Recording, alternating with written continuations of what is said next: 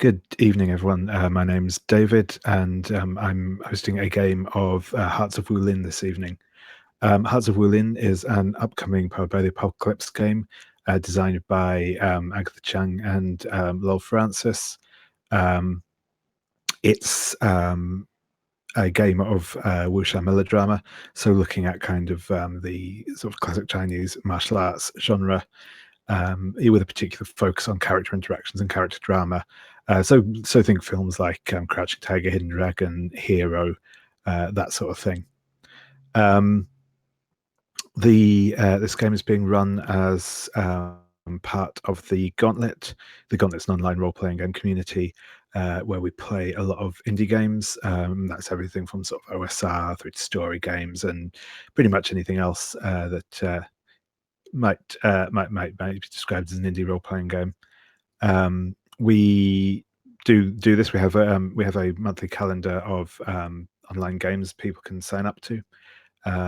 We have a series of podcasts about various gaming bits and pieces. We have a monthly magazine called Codex, which has material for both new and existing role-playing games. And we also have a series of forums. You can find out details about all that stuff that we do at gauntlet-rpg.com. So yeah, this is the final session in our current series of Hearts of Wulin. So if this is the first episode you're watching, it's probably best to go back to the beginning and start from there.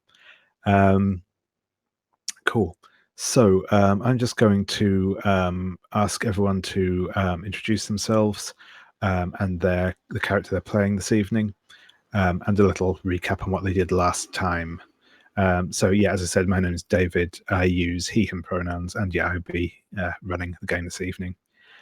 So we'll go through in character keeper order. So Einar, if you'd like to go first. Hello, Einar. His he/him pronouns.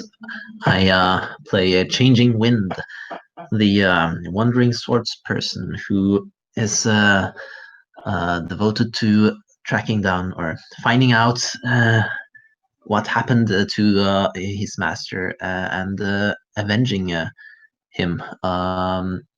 It looks like maybe there will be an opportunity since Undefeated Steel Ox is in town, and Undefeated Steel Ox is the person who Changing Wind believes killed his master, her master. Last time there was a person in service who worked for Undefeated Steel Ox, whom Changing Wind chased down in the forest and captured. So we haven't seen what became of that yet, but we'll see. Brilliant, thank you very much. And next, Puckett. Hi, I'm Puckett, he/him pronouns, and I have a persnickety mouse that doesn't like to click on things when it's supposed to. I am playing Harmonious Evening Star Jin of the Iron Hand Protection League. She's also the last surviving master of the Silent Forest School. Her master, Wu Ping, was also apparently killed by Undefeated Steel Ox. So we need to have words about that.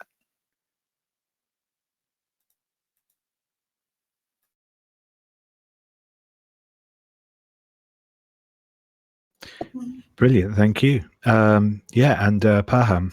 Hi, am I muted? Hopefully not. No, we can hear you fine. Great, okay. So I'm Parham using he and him pronouns, and I'm playing Ming, who also uses he and him pronouns. So Ming is coming from a school from a different city, and he is trying to, like, now that he's here, he is rebelling against the Shang family who he believes that have some corrupt members on the top. His uncle happens to be the Undefeated Steel Ox, and because he's family, he has to side with him, at least visibly speaking. And also last session he had a duel with his longtime bully, rival, nemesis,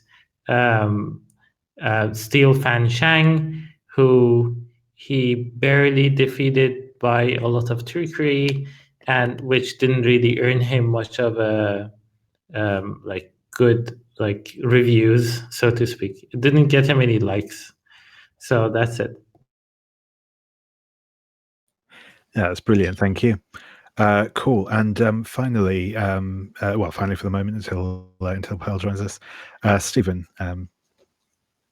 Hi, I'm Stephen. I use he/him pronouns, and I'm playing Wei, a wandering monk, also known as Auspicious Dumpling, who also uses he/him pronouns. Wei is sweet on Hai Lao, who works in the kitchen of the Inn of the Drifting Lotus. And in the last session, Wei confronted Madame Lao, the head of the family, about his desire to marry Hai Lao, and Madame Lao challenged him to prove himself worthy, presumably by showing that he could financially support a wife, but also to demonstrate his worthiness in general.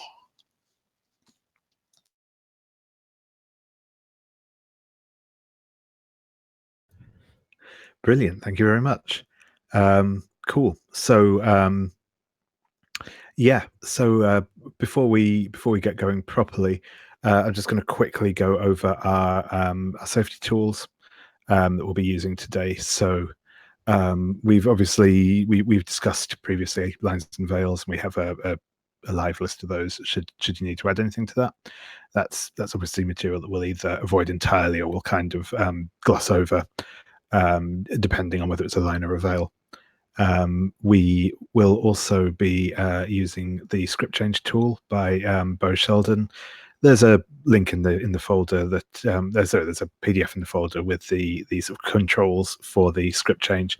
But broadly speaking, they're sort of like remote control command words. You can use one of those to kind of break us out of character for a minute, and we can have a discussion about it. The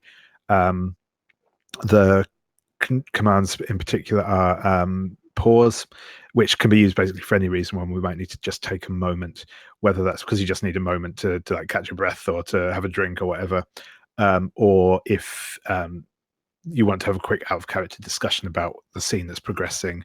Maybe say there's there's a direction you don't want the scene to go, and you might say, can we just not have this thing happen, something like that. Or any other kind of questions you have if you're confused about whether a person is in the scene or something like that. You can just call a quick pause and just ask that question out of character. There is the rewind command. So if something has happened in a scene that you're not happy with, you can call for a rewind, and we'll just go back and we'll change the scene to avoid the whatever it was that you didn't like. It may be just something like, oh, I realized the way I said that thing I don't like. I didn't mean it in the way it sounded. So we'll go back over and change how that came out. That's rewind.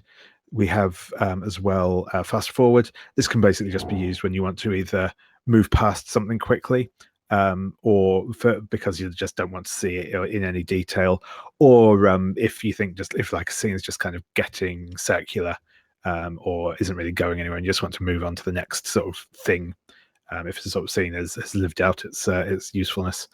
Finally, the frame by frame tool, which can be used. You can just call that out to for us to let us know basically we want to take a scene a bit slower. So it might be that there's some content in there that we might stray into that you're not wanting to deal with, and we can just make sure that we keep checking in and make sure everyone's comfortable with it. So that's a script change. We'll also be using the X card. This is quite simple. If you want to X card something in a scene, you can either call out you want to X card it, put something in chat, hold up your hands in a sort of X sign if you've not got something in your way, and that just lets us know that we just want to remove that content from the scene and just carry on. I might need to ask you to clarify what it is you're X carding, just so that we all know, to avoid that in future. But I won't ask you to justify why you want to X card something. Just as long as if you want to X card something, then you can, and that's fine. I just might need to know exactly what it is that you want to X card. So that's our safety tools.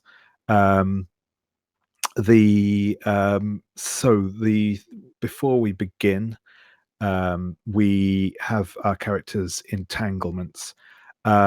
So because this is the last session today, it's less important which one you highlight or anything like that. We will, but if you want to change one of your entanglements around a bit, then you can do so. If not, if you're happy with where they are, then that's also fine. We can just keep those as they are if you like. The other thing that I am going to ask is like if there's a particular thing that you want to achieve today. As this is our final session, we want to try and make sure that everyone has kind of a satisfying conclusion to their story arc. So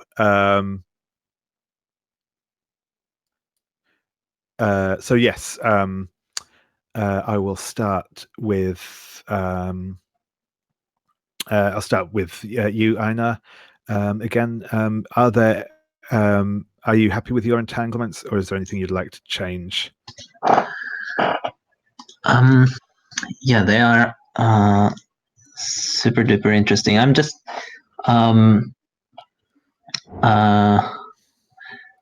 yeah, the only thing is I'm not completely sure like how this I guess it's more Ming's entanglement with me, but how this thing with the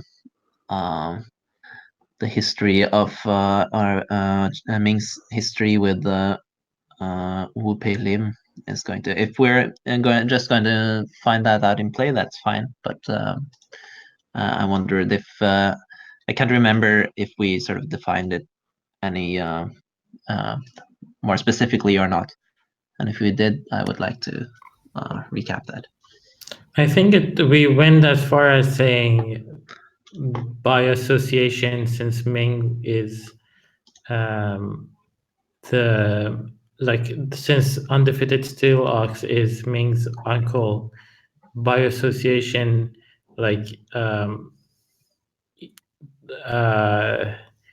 fact that it is his uncle already. Wait, sorry. But the fact that it is his uncle is going to just like strain the relationship. That's what I think we went for. But if that no longer applies, we can totally change. No, that's good. So I just want to know whether, so it's the way I read you now is that it's that Changing Wind does not know about Ming being Undefeated Steel Ox's nephew. Yeah, is that right? I Okay, think good. That's if that's fine with everyone else, that's fine with me. Yeah, I'm not really sure if we will actually get to role playing what happens after, and we don't even know if Undefeated Steel Ox will be defeated or if there will be a fight or stuff like that. Not sure about if we'll actually get there, but yeah, I think this is what we went for. Cool. Excellent. Perfect. Yeah, and I know, is there anything in particular that you want to see happen this evening, particularly with Changing Wind? No. Well, actually, the one thing I'm sort of most interested in seeing in the system is the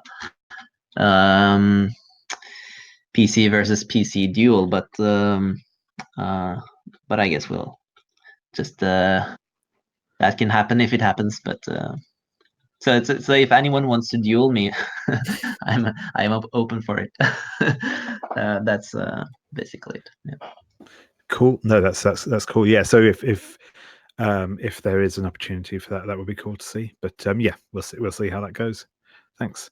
Yes. So Puckett, are you happy with your entanglements? Pretty much. The only thing that I'd like to try to get done today, well, there's two things. I would like to try to get Ming a clear victory over Steel Fan using Silent Forest school techniques, because I think that might help turn Ming away from the path of evil that his uncle had stayed on and continued on, and killed a bunch of people on, and was basically just a giant jerk on. So. Yeah, that sounds good. Cool. Yeah.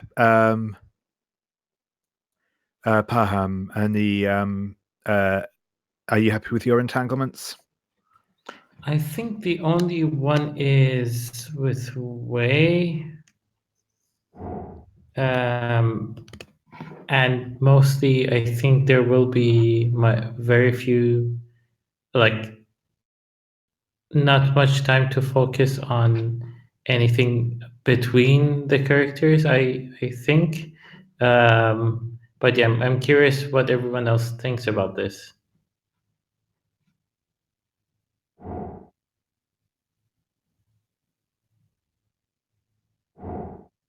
Wei? I mean, I don't think it'll necessarily come up in the session, just because. I mean, my past really hasn't been coming up very much so far.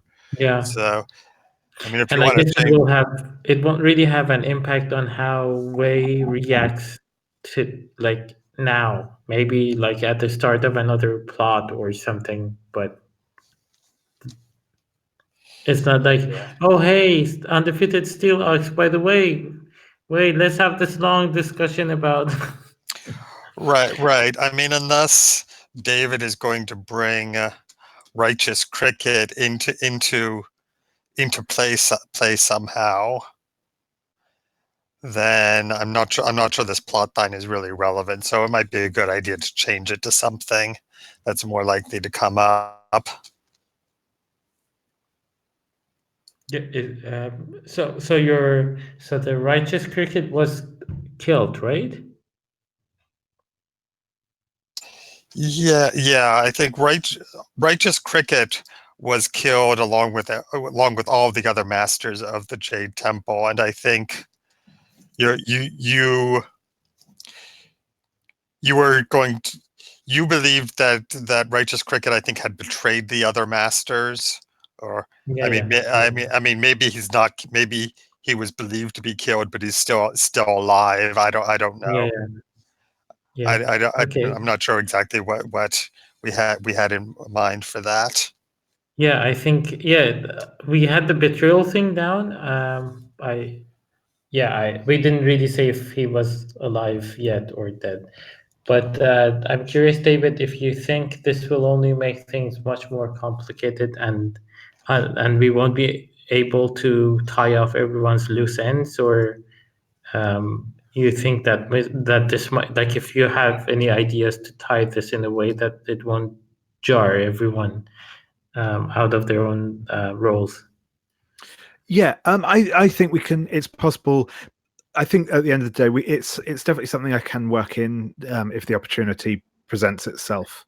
And if not, it's not a great loss necessarily, I think. But because we're unlikely to hit everyone's entanglements in this one session, just because it's over time. So many. I think it's fine to just keep it for now. Okay. Is there anything that you want to see this session? I think the one that I think there's a lot of potential to have Ming with the conflict of, oh, should I take family side or should I take the right side, and stuff like that I could play with. Yep, sure thing. Cool. And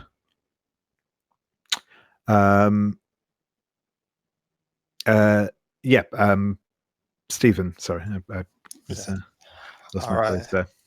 Okay, I'd like to tweak my romantic entanglement, which says that Madam now has sworn revenge against me because of my ties to the Jade Lake Temple. That actually hasn't come out in play at all, so I want to change it. Just say that she's hostile to me because of my ties to the Jade Lake Temple. And yeah, I'd like to see.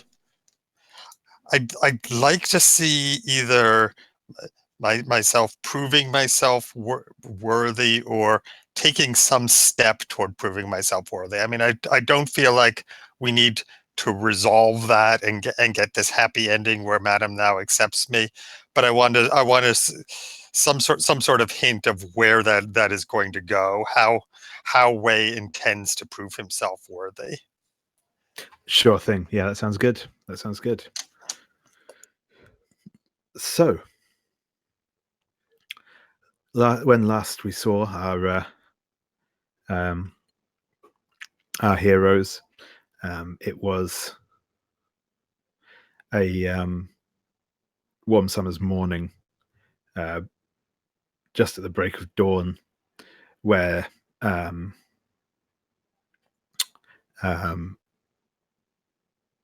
Ming had fought Steel Fan Shang in a duel by the lake's edge, while, as mentioned previously, while the duel was won by Ming, he was forced to rely on underhanded tricks and treachery in order to beat Steel Fan Shang.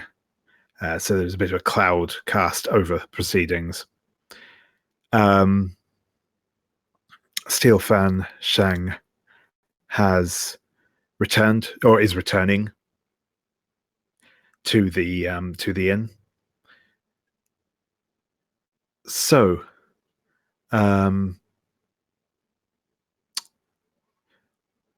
what do we see of the others who are watching this duel as it reaches its conclusion? Yeah, if anyone wants to leap in.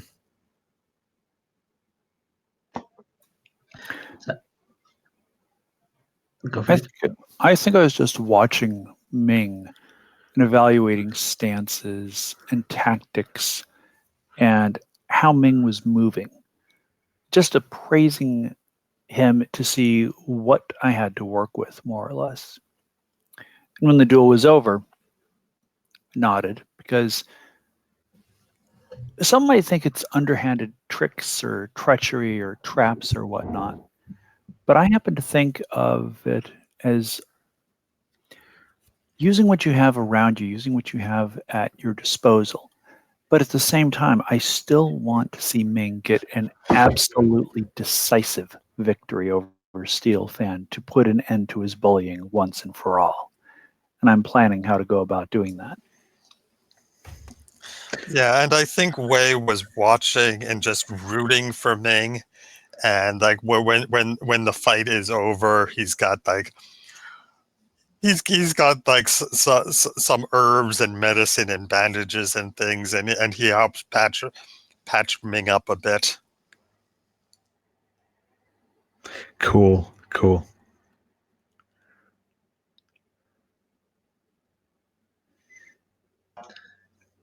I think Changing Wind watched very intently the duel, but she was a little bit disappointed in Ming's choice of tactics. So she, when she saw that everything that Ming was safe, she turned her back and walked quietly away, awaiting Ming at their favorite table in the inn.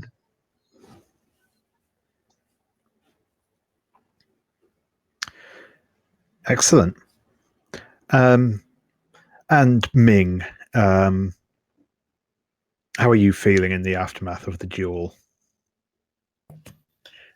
Well, so I came into this duel thinking that I'm gonna totally blast this guy off his feet. And then in reality figured out that, oh, he's still too strong for me, and one day of training and getting lessons isn't really enough, and that is not really one day, it's like one night till morning of training isn't going to really match me up with him. I'm a bit disappointed.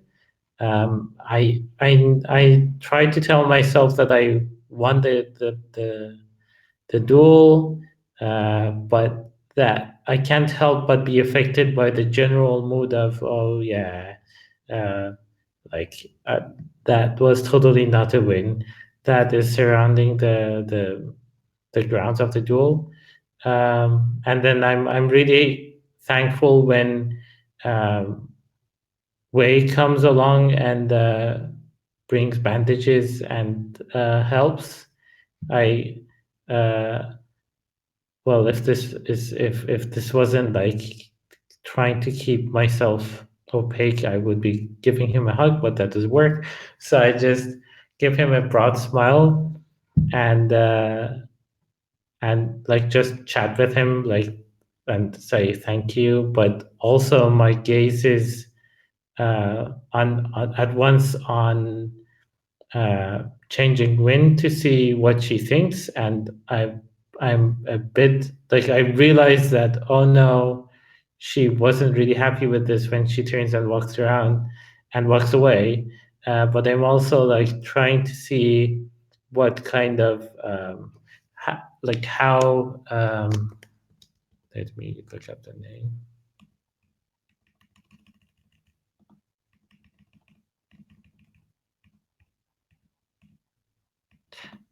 Yeah, I'm also looking to see how Jin thinks about this. I get a general. I think that the general feeling I get off her is not as bad as the others, and I think that I generally understand that she may not approve, but she's also not disapproving. Which, considering what she told me the night before, makes total sense, because technically that's what I was doing. So yeah, at once I want to go and follow up with Changing Wind and see what's going on, but I also restrain myself, because first of all, that's not too good in the public for me to just follow her, like run around, and also I want to know what happens after the duel. Excellent. Well, that sounds to me very much like an inner conflict role there. So yeah, I think yeah, I'd like to see an inner conflict role to not immediately follow after Changing Wind as she leaves. Again, you can roll with any stat except your style stat. Okay, so I'm going to go for water, which I think is +1, right? Let's see. Oh, so your water is currently marked, so you can't roll with that. But I have fire. I can go with fire. That's +1. Yep. Okay. So 2d6 +1. So I rolled an 8. Okay, so you mark 1 XP for just for rolling, so you're up to 7 out of 8 XP now before your advance. And I've lost the page. Yeah, and so on a 7 to 9 on an inner conflict roll, basically your choices here are either to flee the scene, which in this instance will probably actually be both leaving here but also not following changing wind, going to sort of a third location, as it were, or you can mark fire. I'm going to thank Wei profusely and say that I need to go take care of some personal business and leave the dual grounds feeling really unhappy and a failure. Excellent. We'll come back to you in a moment. Wei,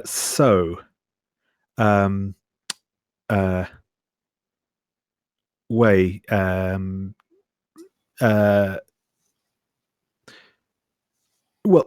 suppose for start, Wei and Jin, do you wish to have a conversation here at the duel ground, or do you wish to move on to something else?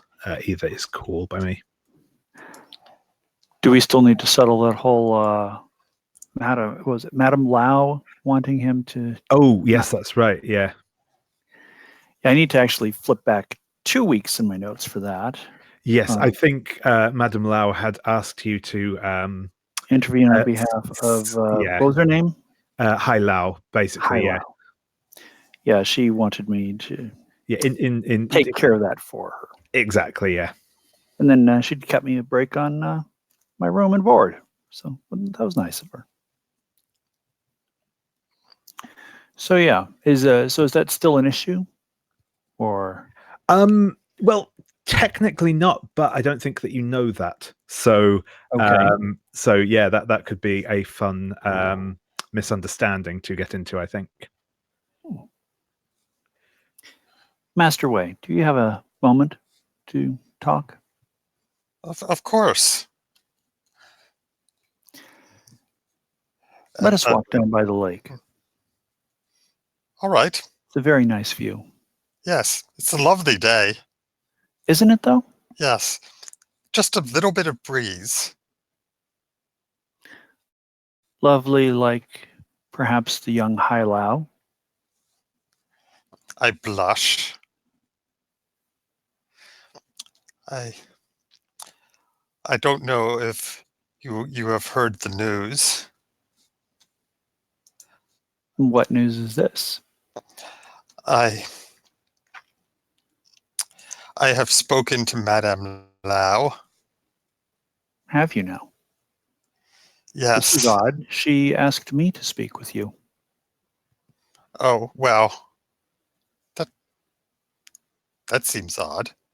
I don't know why she would do that, but I spoke to her. I mean, I went to her, so I don't know why she would employ you as an intermediary, but I told her of my love for Hai Lao, and she has given her blessing to our marriage so long as I prove myself worthy and able to support her. This is something of a turn of events. Isn't it? She had asked me to speak to you to encourage you to direct your affections elsewhere. But apparently something about this has changed. So how are you to prove yourself worthy, Master Wei? Oh, I think by making money. That's Madame Lau. She is rightly concerned that I should prove myself able to support a family. A family, you say? Yes.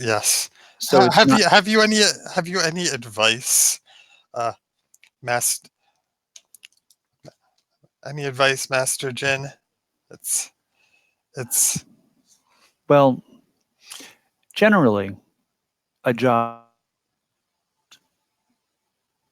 Yes. I take it you lack one of those. Yes, I have no particular training, but I am humble and willing to work hard. That is all one needs to get ahead in life, isn't it? At least so I have heard. Well, it's all one needs to live. Getting ahead is, well, look at us. I'm not sure that either of us have much experience with that. But I could speak with the Iron Hand, and perhaps you could find work escorting travelers, cargo, traders, merchants. It's not always lucrative, but it is almost always there. Yeah, and I think I look absolutely delighted, and I embrace you. I have a very surprised and stunned and arguably shocked look on my face, because this outburst of emotions is, I simply don't know what to do with this. Does it rise to the level of inner conflict? Actually, I think it does. Nice.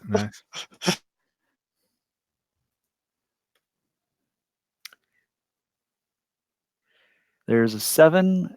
Oh, I was supposed to say what I was rolling with. What, aren't I? Yes, yeah. Okay, give me 2 seconds here. Do you want me to re-roll it or? No, that's fine. That's fine. Okay. Trying to get to. In fact, I think I think your only negative element is marked already, so you couldn't have rolled with that. So right. Well, right. You've on got a 10 plus, you manage to keep yourself together. On a 7 to 9, you must either flee the scene or mark an element. And I believe what I will do is I will make a hasty excuse and departure, saying, I'm very glad that we had this discussion. I'm glad that we came to this understanding. I must attend to other matters. Good day. And I goodbye, Master Jin. Thank you so much. You are such a good friend. You're very welcome. Goodbye now. Yeah, and I think I'm going to hurry back to the inn to give Haidao the good news.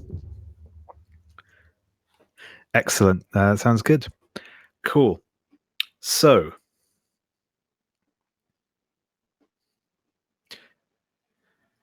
speaking of, changing wind, you were heading back to the inn. Is that correct? Yep. I believe me and Ming have a sort of a favorite spot table where we always sit when we visit the inn where we sat last time. And I will just sort of take a seat there and wait, hoping that Ming will show up so we can have a little conversation. That's my plan anyway. Sure. So yeah, you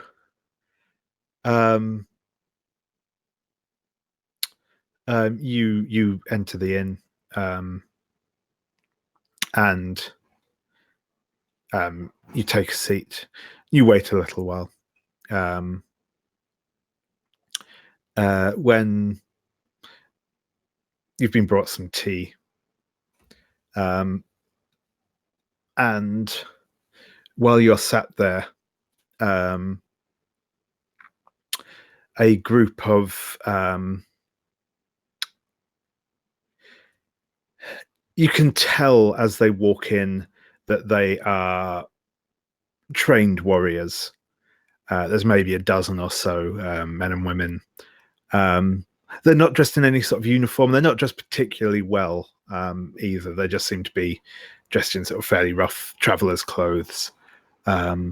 Several of them do have blades or clubs or other weapons on them.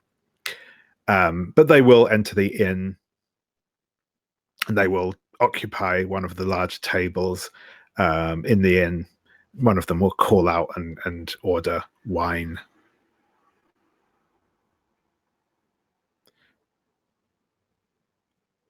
And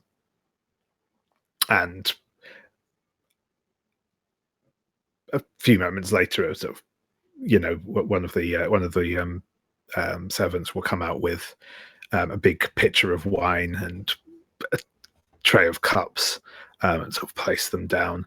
And these they'll begin drinking.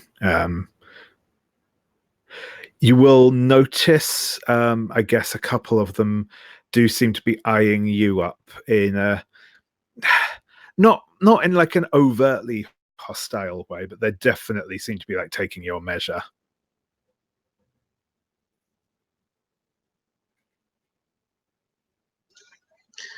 Yeah, so I'll just keep watching over my tea. I'm not after any like trouble today, but I'm also on alert because of what happened yesterday. Certainly. Yeah, you can roll me a study roll if you would like. Yeah.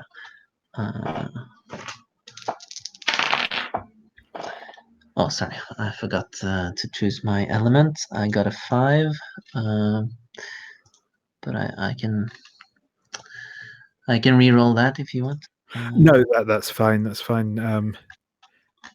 Yeah, just if you want to choose which element. So what I let's see what makes sense. Caution, focus, presence. I think Earth makes sense here, so that means it's a miss. Certainly. So, I think you, as you're sort of watching them over your cup of tea, I think one of the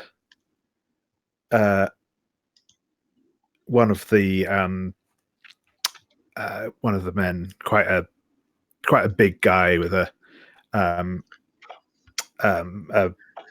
fairly impressive moustache, will step over to you and say, "Well, what are you looking at, girl?"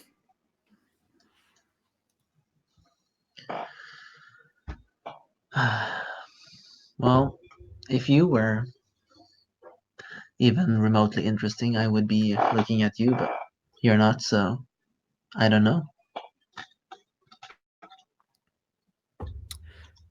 You've got a mouth on you, don't you?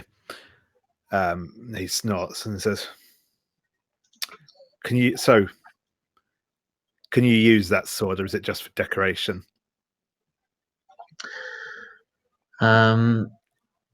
I just eye the sword and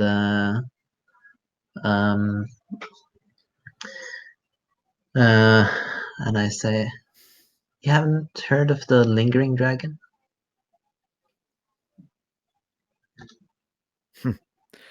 I'm supposed to believe that that's it. Well, you can believe what you want.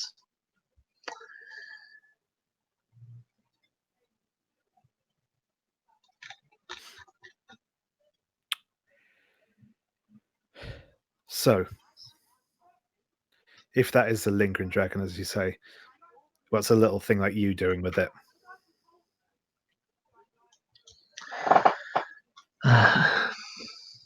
Well, the dragon is a strange and tremendous beast, but controlling a dragon requires a delicate mind. And that is, well, I guess, obviously beyond your understanding.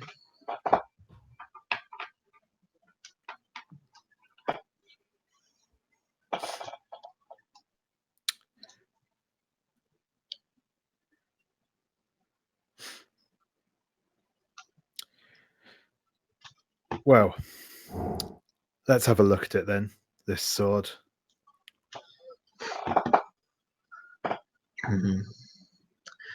Well, it is not for you to touch. But if you are asking for a demonstration, maybe you could hold out your hand.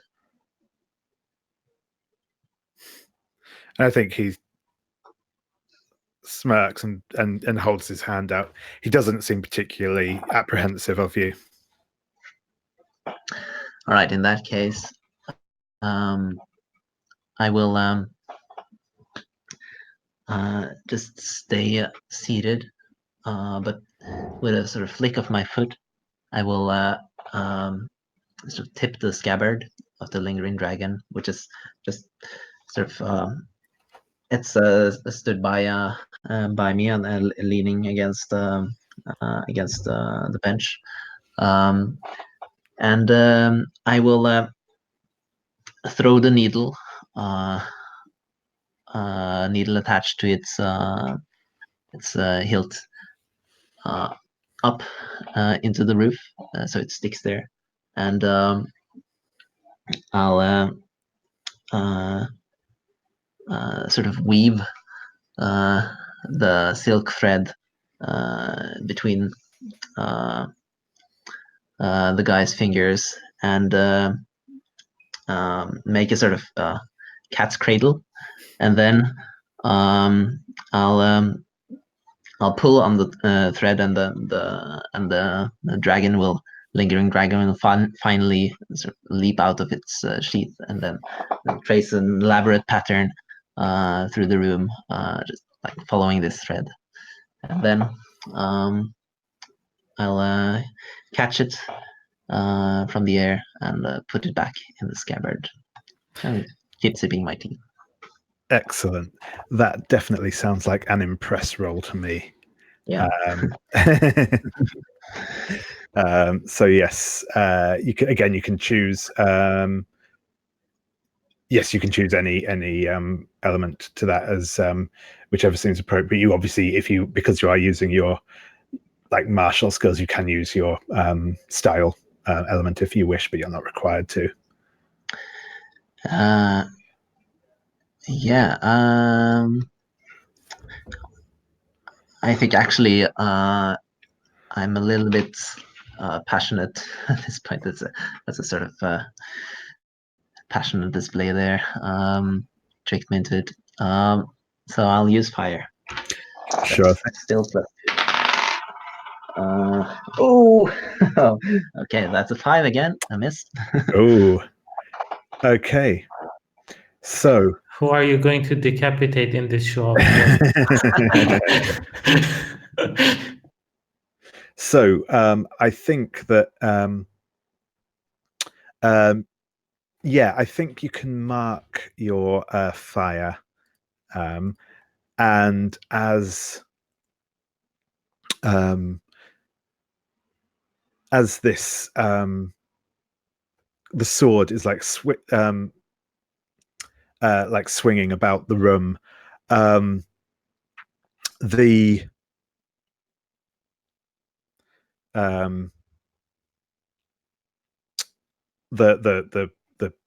man who's got his hand in the cat's cradle, his eyes start to follow it, but then he switches back to focus on you, and he says, "Pretty, but seems an awful fancy way for you to disarm yourself."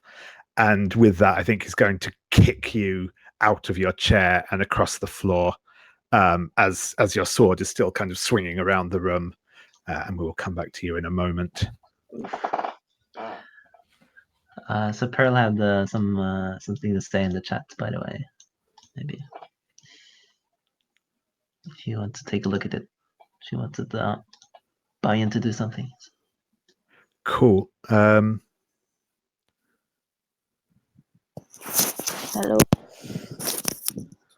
Hello, Can Pearl. you all hear me? Yes. Hey. Is it morning there? You sound like it's morning and you're having coffee. I'm not having coffee. I've been up for about an hour and a half. It is morning-ish here, but I'm having a bit of a rough health morning. And medication makes me a little groggy and such. So good morning, and I wish you a very interesting wake-up story. Thank you. With this happening, then the thing I wrote in the chat, I think I would like to do, if it is okay with David.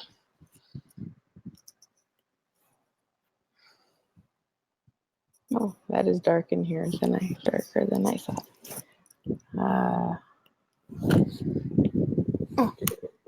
Stupid light. There.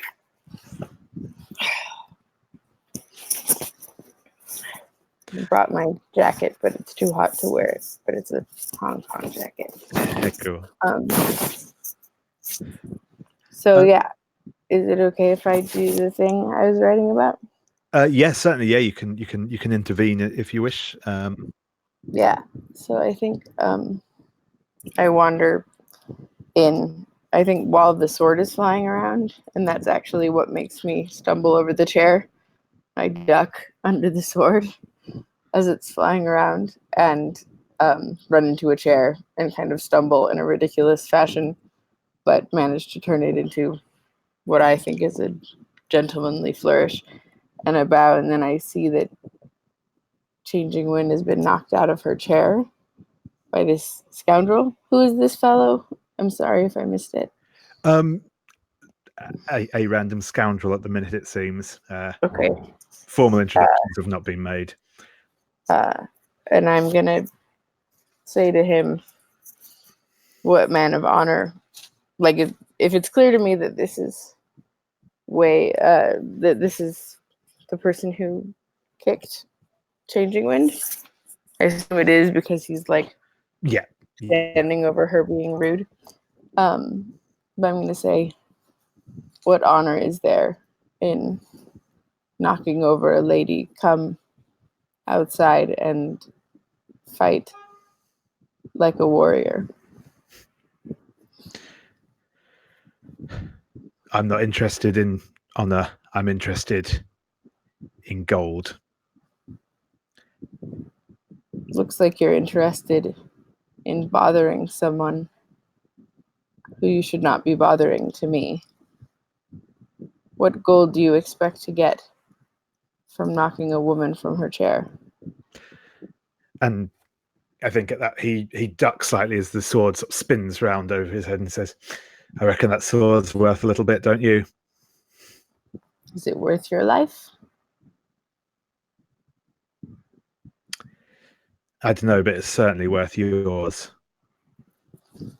We shall see. I'll try my thing in the inn if I can't get him outside. Oh, out comes the scarf? Or no? The scarf will come out, yes. But it'd be harder to use indoors in the way that I envisioned, but that's okay. So let's see. I'm looking at my moves here to see what I can do. So I'm going to take +1 forward. Oh, he's not a named opponent. I can only do accidental with a named opponent. Never mind that. I'm going to put Lilu up hanging on a rafter out of harm's way. Because, you know, Lilu's the best. And then I am going to wander over from wherever I am in the room to the guy who said the thing. And I think because he's probably surprised at my audacity, he's not going to do anything yet, and I'm just going to shove him to start, just to see how he reacts. Yeah, and I think he stumbles back a little and knocks into the table that Ming was sat at. He's still got one of his hands sort of tied up.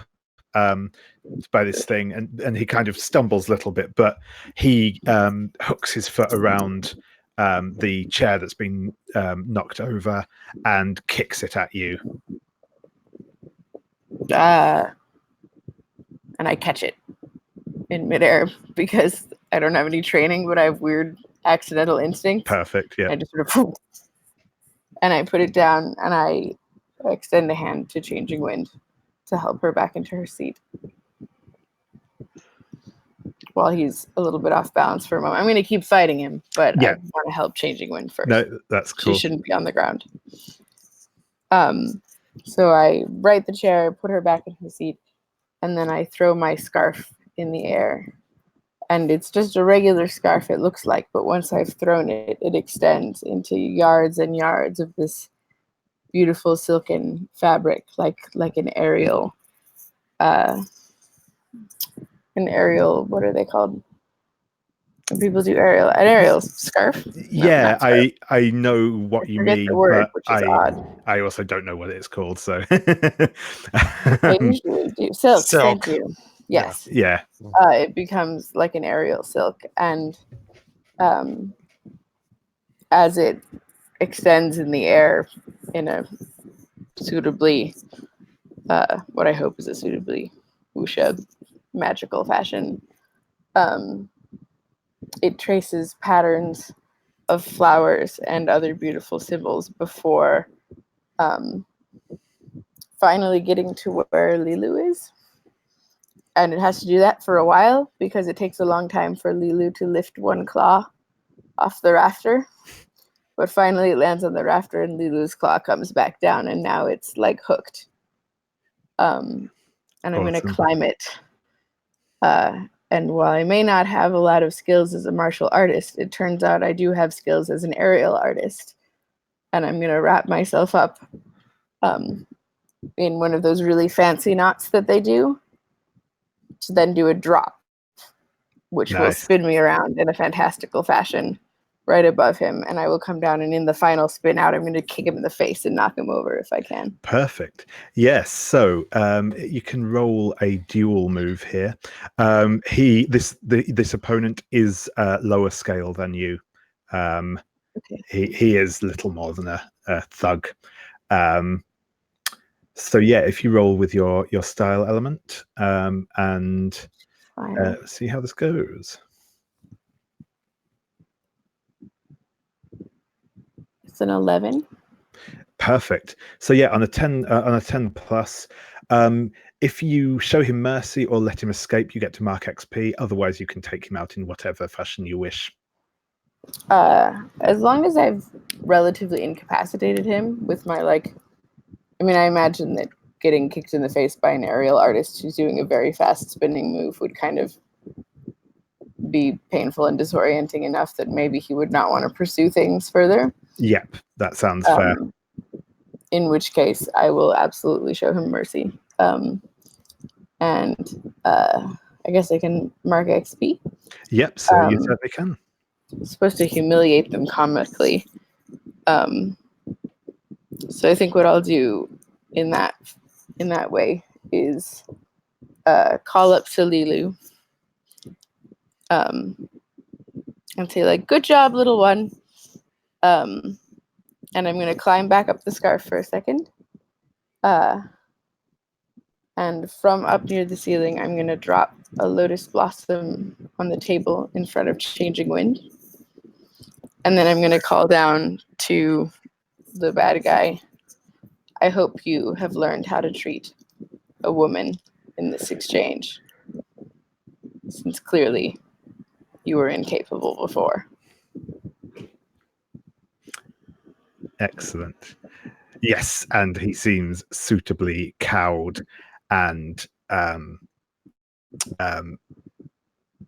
sort of gets to his feet groggily and goes back to sit with his table of cronies who are, they're laughing at him quite loudly,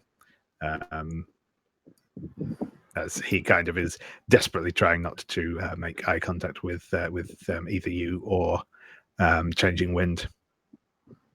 Excellent. So I'm going to just sort of whistle up at Lilu, who will let go of the rafters and like land on me with the end of the scarf. And I'm just going to turn to Changing Wind, who is sitting with Ming again now, because I've helped her back into her seat, and just incline my head slightly. But because she's already rejected me in the past, I don't want to push it. All I wanted to do was drop the flower that I had picked earlier for her. I looked up flower symbolism for lotuses, and they are for purity of like spirit and various other things, and also because they grow up above the mud, it's for things that rise above and are more important than earthly concerns, I believe. And also because water beads off them, they stand for strength, and I feel that Changing Wind embodies all those things. So I've picked lotuses with the intention of finding a moment to leave one for her. So this is the moment I do so, and then I'll go up to my room with Lulu. Perfect. That's lovely. Thank you. Thanks for letting me have my little scene. No, that's quite all right. That was excellent. Cool. Okay, and I think we will take a 5-minute break there, and then we'll come back and continue. Thank you, everyone, and yeah, see you back in 5. I'll just go.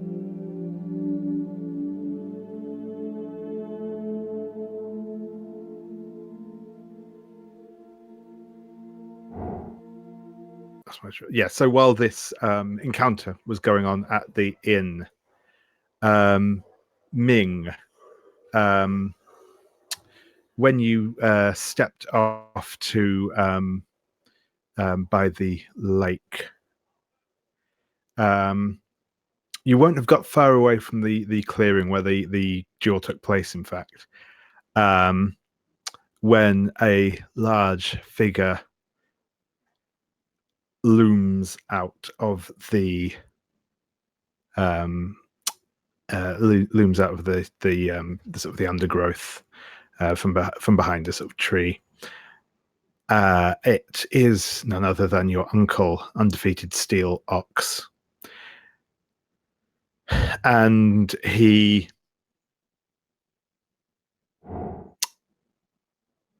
looks you up and down and says, "Not a terrible performance, Ming. Not terrible. Your form is sloppy and needs work, but you are, at least, you have the necessary ruthlessness to succeed, and that I can appreciate." I blink. I seem visibly shocked, and I guess it's hard to tell if it's because I just got confronted by this person out of the undergrowth, or because it's my uncle, Undefeated Steel Ox, who is giving me a compliment. So I incline my head like in humility, and they say, "Good morning, Uncle. It is good to see you here. I did not know that you were watching the duel." Of course, when I heard that my nephew was going to fight, I could not pass up the opportunity to see him in action now, could I? But tell me, nephew, what brings you here?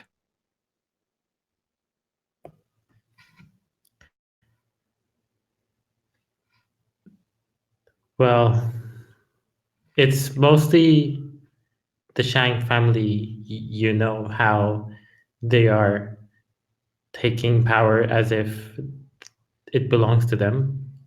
And I think they need to be put in their rightful place. Not all of them, mind you, but some of them. I think you know which ones I'm talking about.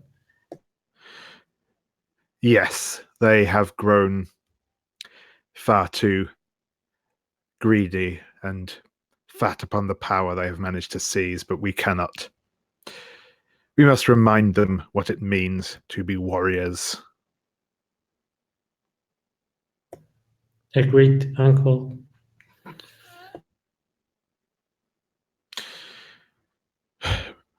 But you would be wise to tread carefully in these lands, nephew.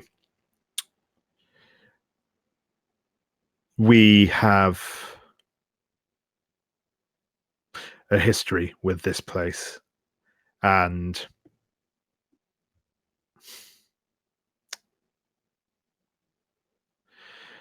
it is rumored some remnants of our old enemies still lurk here. Who are our enemies?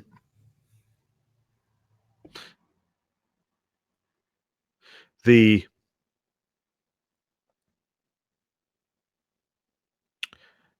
masters of the Jade Lake thought to stand against me once. I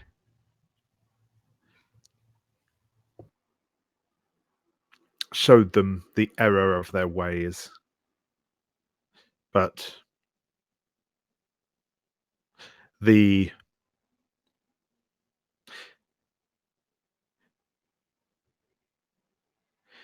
it is said their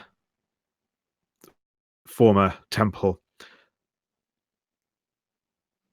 held a great secret that I have never been able to find, but perhaps if I can hunt down these last surviving remnants, they may lead me to it. The Jade Lake, you were responsible for what happened. And that at this point, I'm trying to hide my actual surprise of, oh my God, I have friends from the Jade Lake behind. Oh my God, you were responsible. Sure thing. And I'm not sure if that's inner conflict or... Yes, I think that will be an inner conflict roll there, please.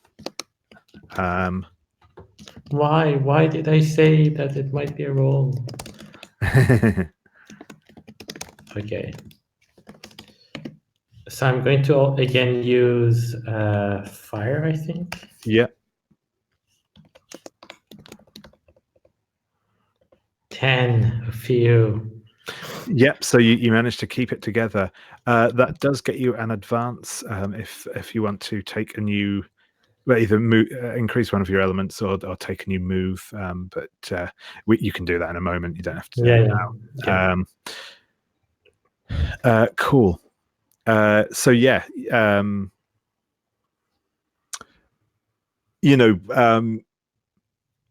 said you managed to hold it together, and your uncle doesn't seem to be paying particular attention to you at the minute. He's sort of staring up actually towards the lake as you're talking.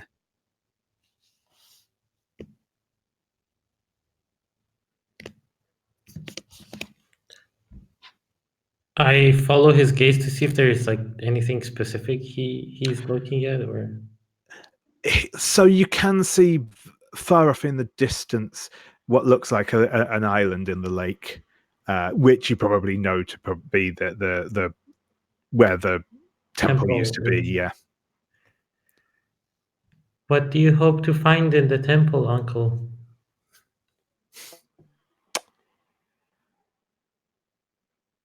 I do not know what exactly may be there still. Perhaps nothing. It may be no more than an old wives' tale, but perhaps it is something that could aid our family.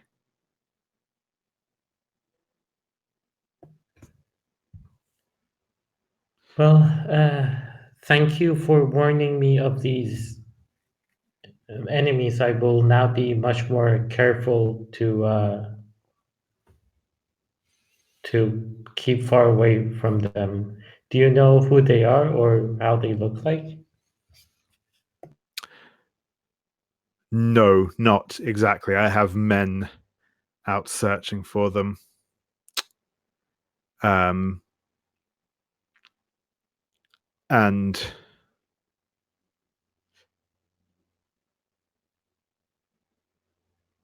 he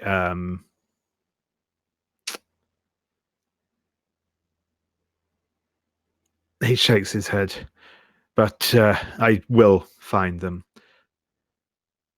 Oh, and nephew, you may wish to find alternate lodgings. I do not know how much longer the inn will remain standing.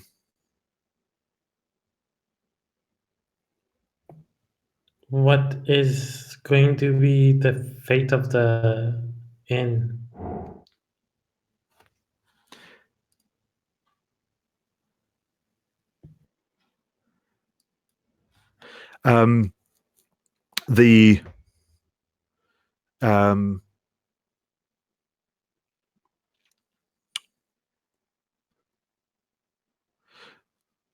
The woman that runs it has been most unhelpful in my search, and she must be taught a lesson. Yes, Uncle, I will start searching at once. Thank you for letting me know in advance.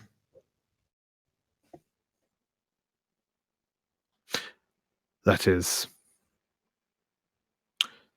quite all right, nephew, but I must go. I have business to attend to. And with that, he will offer you a very brief bow before leaping up onto the branch of one of the trees above and starting to leap his way across the forest canopy. And I run back and try to gather everyone together. Yes. You may well run into Wei, either Wei or Jin, depending on who is interested in being found first. Volunteers for a very stressed out, freaked out person who just figured out his uncle just wiped out the whole place. Sure. You can, I'll volunteer. Awesome. So yeah, Ming, you, as you're heading back towards the inn, you will see Wei, who is also heading in that direction.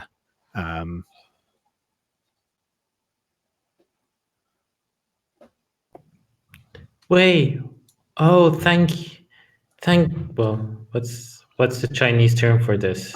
Oh well. Oh Wei, I'm so glad I found you. Do you know where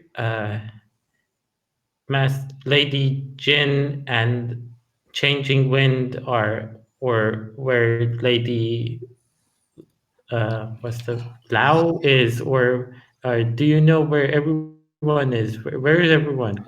Well, I mean, I don't know. No, Lady Jin ran off very quickly. Apparently, she had some very urgent business to attend to, and I would assume Madame Lao is at the inn. She usually is, and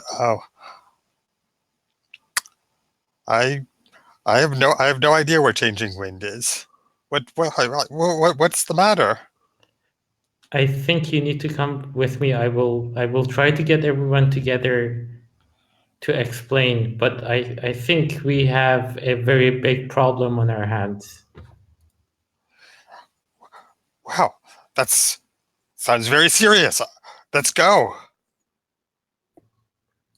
So I guess at this point it makes sense to at least go where I think Changing Wind would be, which would be our favorite table in the inn, now that we're heading that way. Yeah, and I think as you head in through the door, you see Changing Wind sat at the table, a lotus flower on the table in front of her, as Lingering Dragon finishes its circuit of the room and sheathes itself in her scabbard.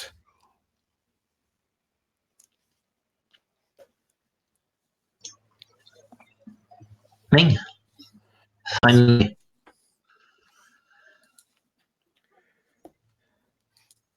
I pretty much feel the disapproval, but since I have more important news, I just bow and say, Changing Wind, I'm sorry for not coming here earlier. I am a coward and I need to apologize for that, but there is a bigger problem that we need to discuss, and it is much bigger than my pride. Indeed. And do you know where Lady Jin is? I think we will need her planning skills to be able to stop what I think is going to happen. I appear behind Ming. Do you mean the trap that your uncle is setting for all of us that you're helping him set? Or are you trying to warn us of the evil that your uncle is engaging in? I blink and there's a minute of like fish out of the water kind of thing. Quickly, Ming. Yeah, My and patience is thin. yeah, and my jaw is dropped as well. I'm just astonished by this byplay. I just found out, like, I guess apparently at the same time that you did. Ming, that doesn't answer my question. Are you setting a trap for us or setting a trap for him? I think inner conflict role. So this is me trying to figure out if I should.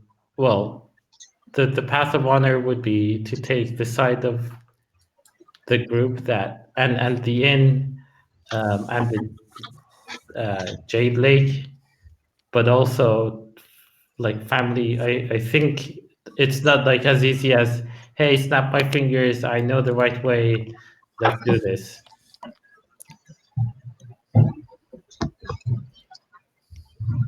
And since fire has been really well with me today, I'm gonna go for fire, and that's a 12. Whoa, I like fire. I'm on fire.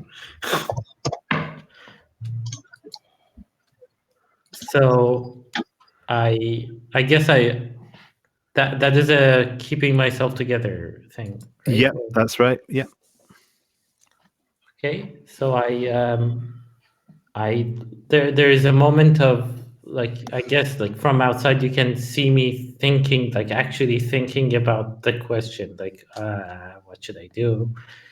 And it's mostly coming to a decision that I have made before, because I wouldn't be running and getting everyone together. But I guess I just realized this for the first time, like, oh, I actually like these people more than my uncle, which is weird, but it is true.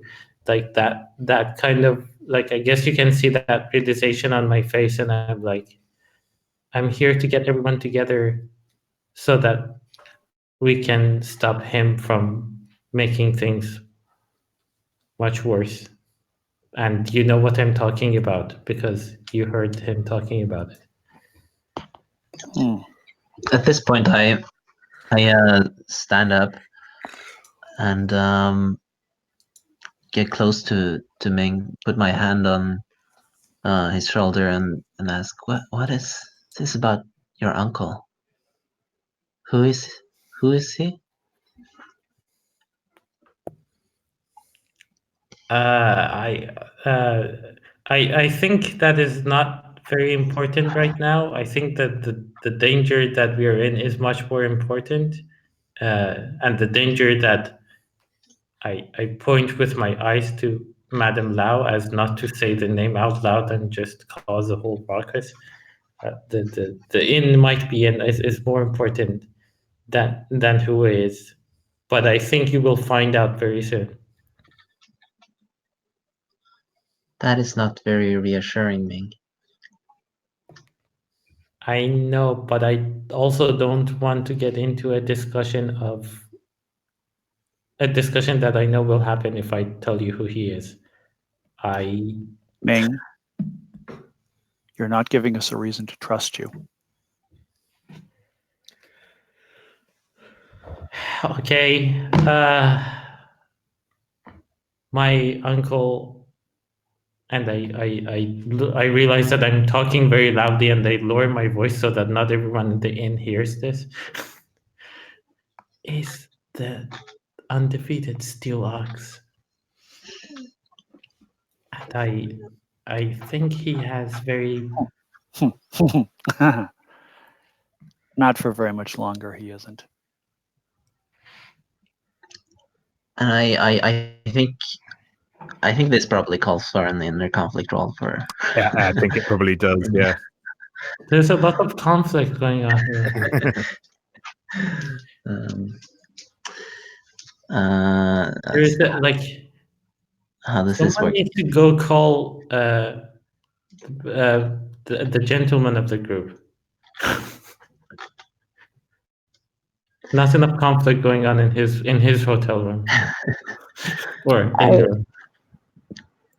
Hello. Yes, you're Is that unmuted. me? Am I the gentleman? Yes, I you forgot are. my special final session jacket. Hold on. It is a vintage jacket from Hong Kong. Wow. Oh, very fitting. Yes. So it's got hand embroidered flowers and people on it and pagodas and things. I hope that's a good description.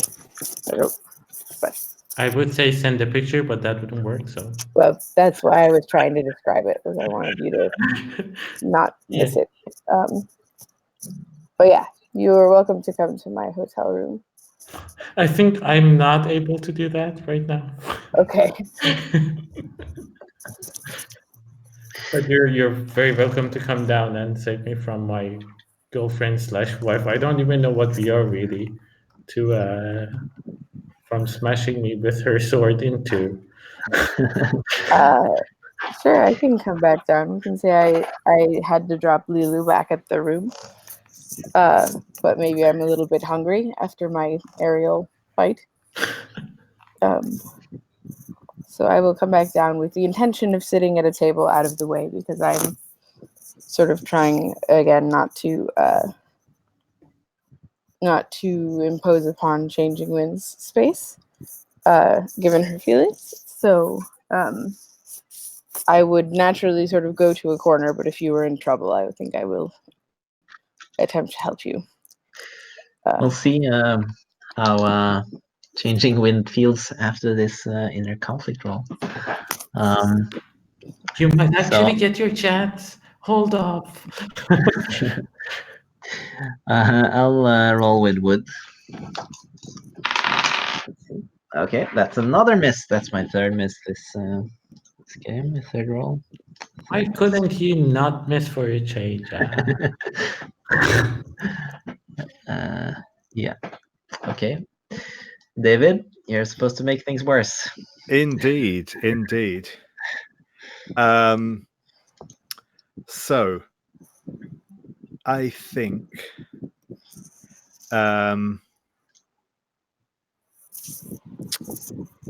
at this point,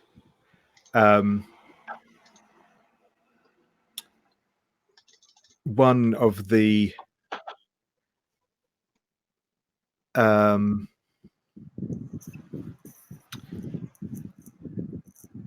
serving girls has been serving drinks to the table of scoundrels and ruffians But she's sort of been coming back over as this conversation has been going on. And I think at the when she notices this moment of tension between Ming and changing wind, she will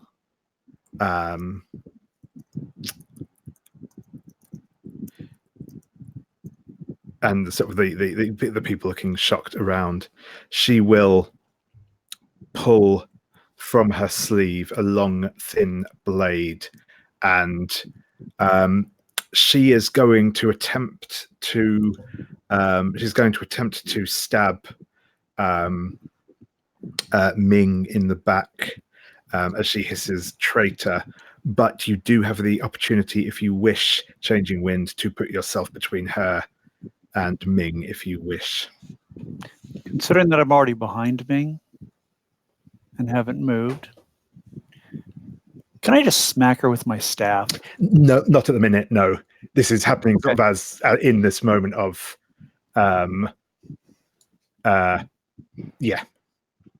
shock and.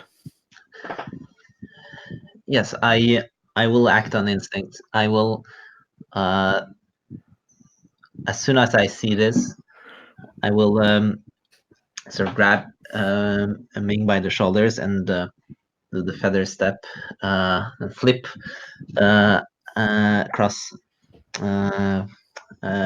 flip above him, land behind his back, and take the knife in my own. I guess it will be in my own back then. Yeah. So yeah, you will. You will mark. You will mark your element. So you will mark. What was it? Was it wood you were rolling? I rolled wood, so I marked that. Yeah. Or you can, if you wish, choose to take it as a wound instead. That's always an option you have available to you. But you can do whichever you wish. And yes, at that moment, Jin, you are perfectly positioned to retaliate against this assassin. Alrighty.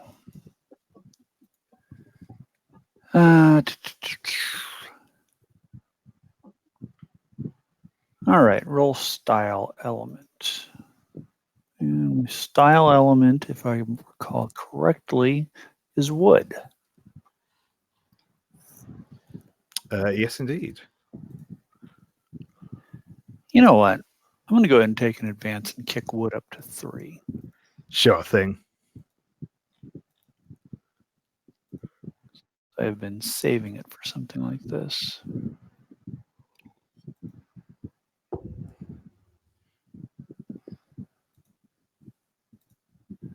Okay. It's a 9. Okay, so on a 9, so she is at your scale. So she's at our scale. Yes. And yeah, I think it is quite simple. As she's driven the blade into the wrong person, she hisses angrily, but pulls another pair of blades come out of her sleeves as you come at her with the quad staff. She'll be sort of jabbing at you. So on a 7 to 9, you have a choice of 3 options here. You can win at a cost. So that can be either you mark an element, you beat them, but they manage to escape. You lose face somehow, or something that kind of again just complicates the otherwise success of you winning. You can narrate your loss and mark XP and take +1 forward when you next face them, or you can fight to a deadlock and either reveal a detail or ask a question about them.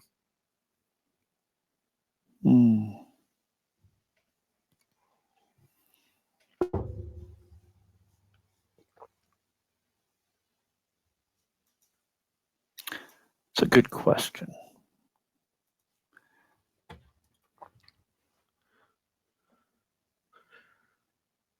Alrighty, let me see what I got here.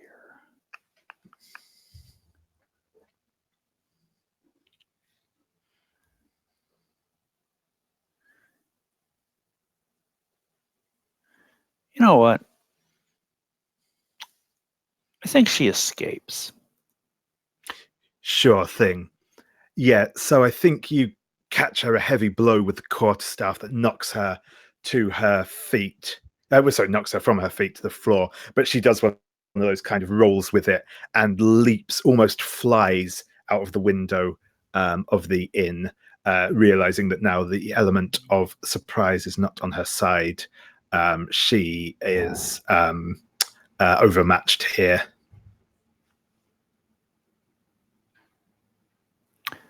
Well, that was certainly interesting.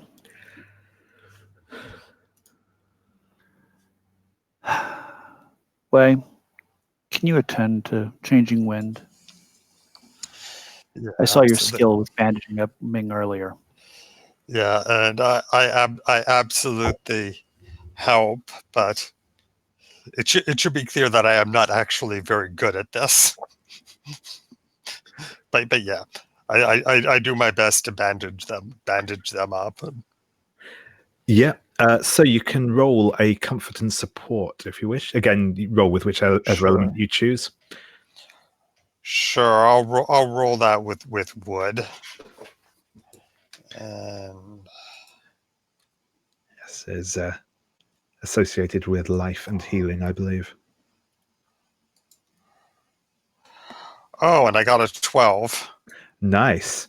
So on a hit, assuming that they accept your help, they can. Changing wind can either clear a checked element or gain a bond with you. On a 10 plus, you may also clear an element yourself. You can ask them a question they have to answer, or you can gain a bond with them. Yeah, I'll clear my water.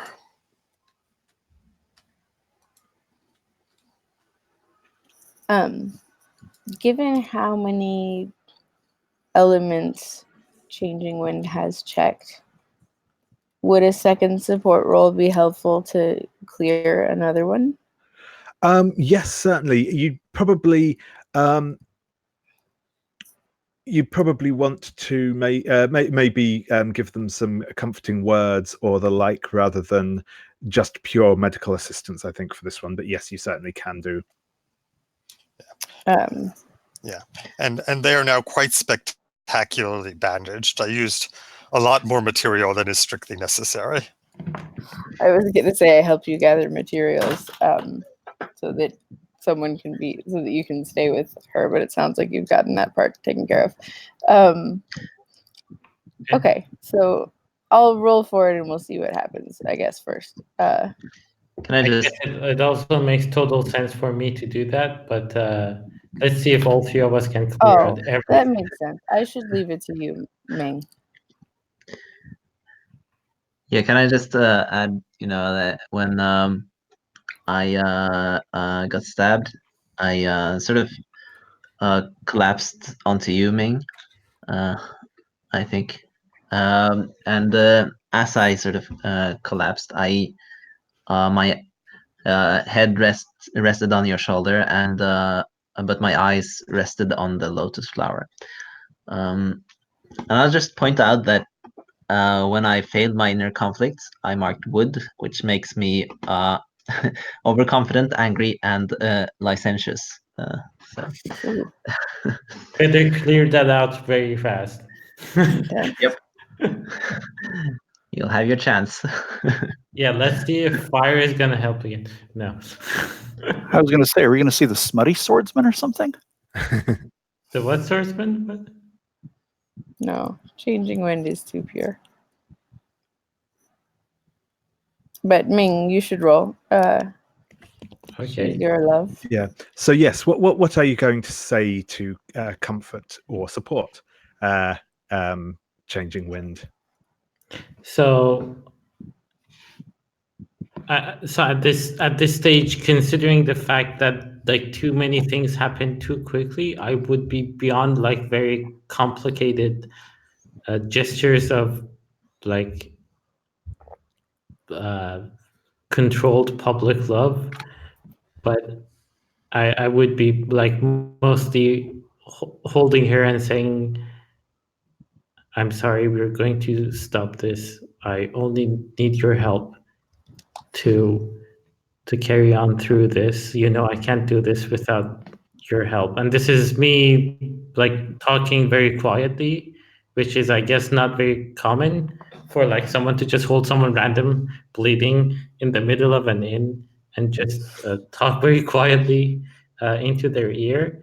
But this is mostly me trying to keep her, but at the same time, trying to like plead to the urgency of the situation to not have to deal with this right now.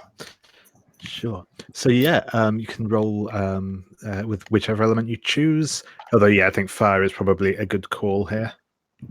Yeah. Okay, this fire is really like not 11. Nice. So yes. So yeah, once again. Does anyone need me to roll anything with fire? So changing wind. If you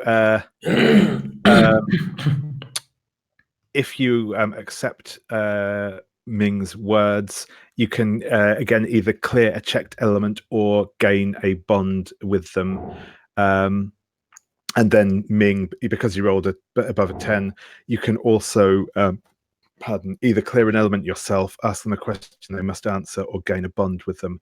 I would point out that you do have your element, your style element marked at the minute, so it might be an idea to yeah, clear that. I'm going to try to clear that on my side. Oh, does that require that changing wind accept my help? So if she doesn't accept, would I not unmark my element, or do I unmark it either way? Because then I need to ask changing wind. That's a good question.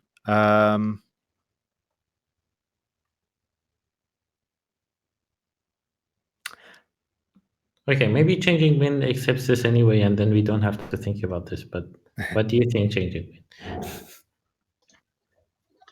wind? Yeah, so I do definitely hear you. I imagine I'm sort of bound up by Wei now and sitting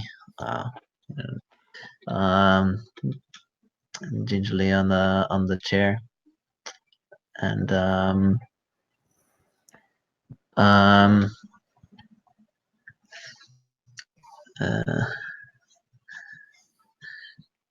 and I say, I sort of glance at the lotus flower, and I look back at you, and I say, do you know why the lotus flower is the most beautiful of flowers? I And silently shake my head and lean in. it's because it blooms on a muddy background.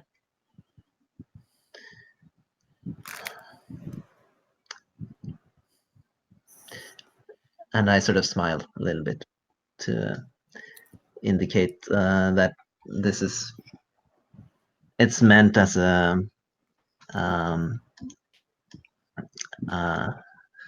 it's meant as a sort of comfort or olive branch. It's not necessarily to be perfect if you have your golden moment. Cool. I guess I smile with relief. And would this be a good moment for me to notice Gentleman Bao-Yin? Because we need his room. I was gonna roll a comfort and support also because I think seeing changing wind being hurt would be like more than I could just sit idly by. So I think I would like to roll to comfort and support, even if what I think I can do is minimal. Yeah. Did you get a hit, by the way, Param? Yeah. I got that. I got an 11. So you get to clear out something or gain a bond. I chose to clear out wood. Yeah, I'll clear my wood as well. I think that fits. And now you get to even get a bond from Gentleman Bao-Yin. Yay, hopefully. Assuming I roll. Now this isn't with an element, is it? It's just you. Yes, it is. It's you choose which element you want to use for it. I think either water. I think water, because I'm aware of the situation, but I'm going to try to use wisdom not to overstep. Sure thing. So that's +1. So that's an 8. Cool. So again, you can say something comforting and or supportive if Changing Wind accepts those words, then she gets to again either clear a checked element or gain a bond with you. Because you rolled an 8, you don't get to do anything in return, but that's fine. Gentleman Bao-Yin was not looking to help himself, so that works out fine. So I'm going to walk over to the table and just bow slightly to both Changing Wind and Ming to be respectful. And I'm just going to say to Changing Wind, it looks as though you've been attended to adequately, to say the least, kind of trying not to chuckle at the amount of bandaging that is there. But if there is anything that you need, or if I can be of service to you as you have been injured, please feel free to find me or to send someone, and I will do what I can to help.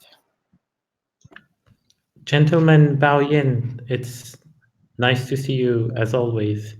I believe it will be safer for all of us if you have space in your room to move up there and discuss something where it's safer and we won't be disturbed. And I motioned with my eyes to where some random serving woman just stabbed Changing Wind. Of course, anything that I can do to be of help to you both, I am happy to provide. And I will take you up to my room, if that is what you desire. Yeah, I guess it's all of us, so that's also Wei and Jin. Okay. Yeah, and I bring up a tray of little cakes and some tea so we can have refreshments. It's delightful. Did you steal them from your beloved? I mean, technically, it's not stealing. Okay. So I'll let you all into the room and give a little scratch to Lilu, and then ask if you would like for me to stay or if you need the room for your conversation. Gentlemen, you have already proven yourself both willing and capable to help us. I think you have more than earned your right to stay. Well, then it is my honor to do so. And I will make sure that there is somewhere for Changing Wind to be able to recline somewhat since she is injured. And I want to make sure that her injury is not aggravated by her having to sit. Like if she's, I want to make sure that she's able to be comfortable. And then I will hold out my hands that everyone is welcome to sit wherever they like. And if there is a spare place to sit left over, I will sit there. If I was not so worried about my uncle wiping out the whole inn, I would have an inner conflict roll at all this attention that Changing Wind is getting, but yeah. Okay, so I guess I'll motion to Lady Jin and say, so Lady Jin, you also heard what I heard. Please correct me where I'm wrong. But after my duel, I felt very ashamed that I had to resort to treachery to win the duel, and I had to step away to recuperate. But then my uncle, who you all, gentlemen, Bao-Yin, I should confess that my uncle is the undefeated Steel Ox. Okay, that's fun. Steel Ox, and I have come to understand from his words today that he is the one responsible for what happened to the school and the temple of Jade Lake. And I express astonishment at this. I'm sorry for all the things that my uncle did, and I know that it's not even my place to apologize, but I want to assure you that I'm on your side, even though it pains me to stand against my own family. But I guess power corrupts everyone just the same.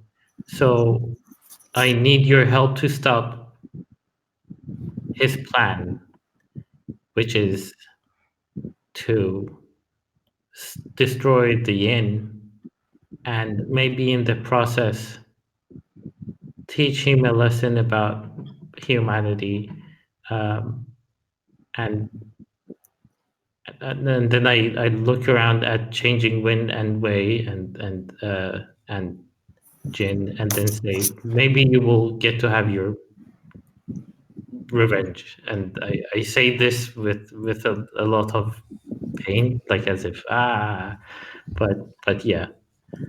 So, but I would say for now, let us focus on how to save the end.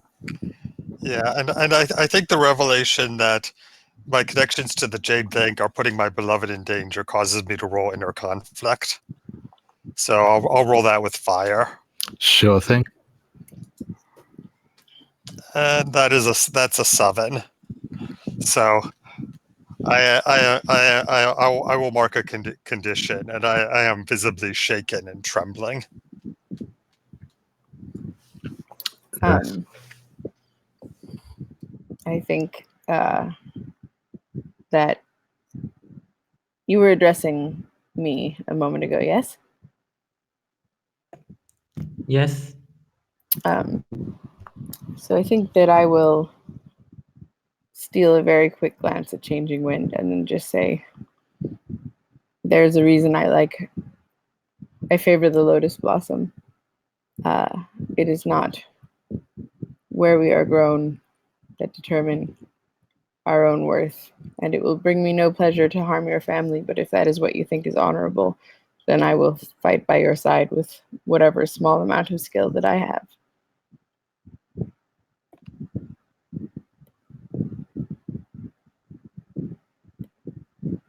So I guess Wei needs no more encouragement, and I got the words of I'm gonna help from Gentleman Bao-Yin. So I look at Lady Jin and Changing Wind to get their reaction to my pleas for help.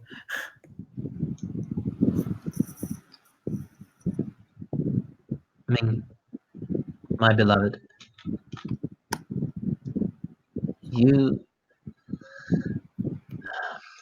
truly have shown something special today by these actions. I know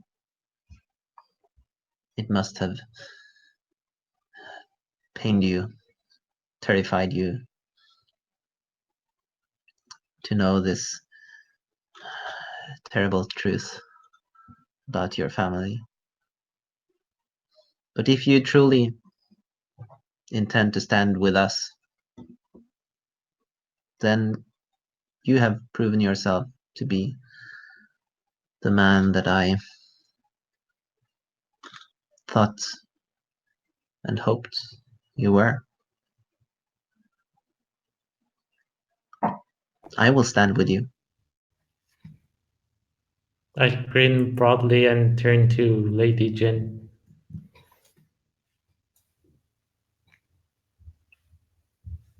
What, you thought I was just sitting here? I already have a plan. Great. Thank you, Lady Jin. Okay, tell us what the plan is. All right. Well, let's go ahead and roll. So let's see. So our plan is to roll the dice and see what they say. Final master, 10 plus. And David, I have to select an element to roll that with, correct? Yep. Yes, sorry. Yep, I didn't realize I was muted. All righty. I'll roll it with earth. Because I can't roll it with wood, correct? No, you can if you want. Yep. It's only in a conflict you can't roll with your style stat. Okay. Then I will roll with wood. That got me a 13. Nice. Oh, is this like a master plan or something? What else do I do? So there's 2 forward. Make sure I read that right. All right.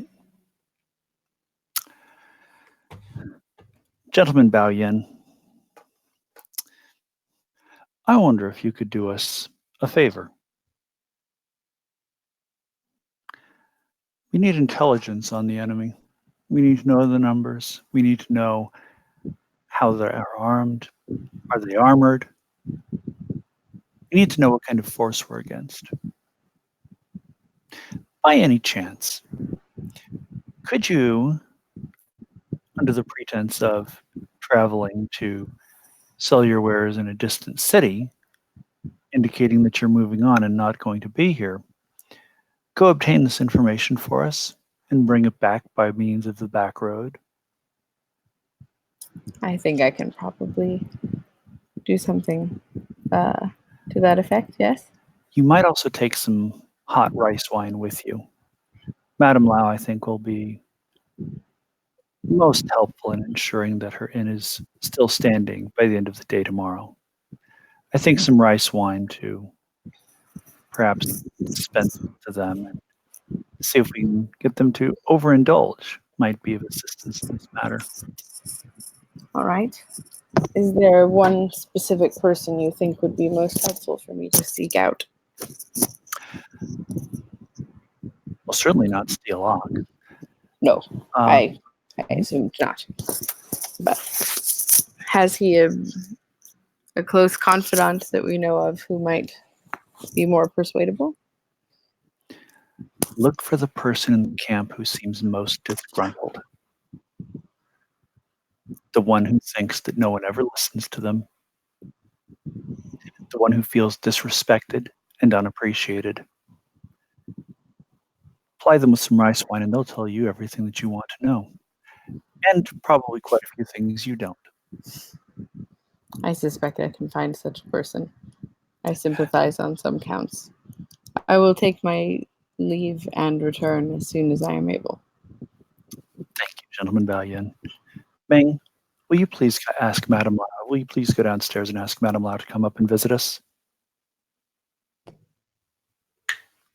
Do we want to let her know about this? Or do we trust her enough not to? Ming, this is her inn they're threatening. Do you honestly believe that she is going to side with them against us? No, but I'm afraid that she might freak out and I don't know if my uncle knows that we are preparing for this, and the element of surprise is good to keep on our side. Although I think with the waitress who just heard me talk about him, it's not a good. It's already out. Did So you notice that she escaped? Yes. yeah, okay. I will go ahead and do that. Thank you, Ming. I need to start considering what kind of traps and preparations we can make. I can help with the traps. All right. David, I want to make, basically, I want to make a bunch of tripwires, some tear gas, or something like it, as well as more stink bombs and smoke bombs. But I want to make the stink bombs particularly acrid this time. I think all of this stuff should be things that we can find around the inn, because we're talking about twine and stakes, and we're talking about basically, Szechuan cooking. Right. Spices and peppers used in that. And there has to be some kind of oil around that we can use and light on fire. Yep, definitely. It should be everything we can find in the kitchen. Yep. Okay. So when Madame Lau arrives, I'm going to explain the situation to her very quickly. Explain that we not only need her help, but we need the help of her staff. They're not trained warriors, but they don't have to be. All they need to know is how to pull strings and how to tie the strings against trees and keep them low on the ground so people will trip. All they need to know is how to throw things in the general direction, because the wind will do the rest. So let's see. If we have everything that we need, I'm going to go ahead and roll Hidden Dragon. Sure thing.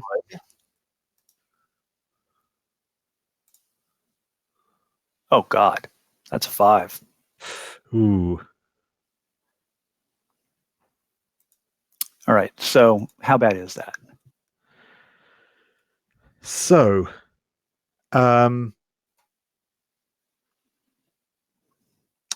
yeah, I think so. Yeah, it says on the miss, the device has the opposite effect you intend. So I think the problem is going to be that the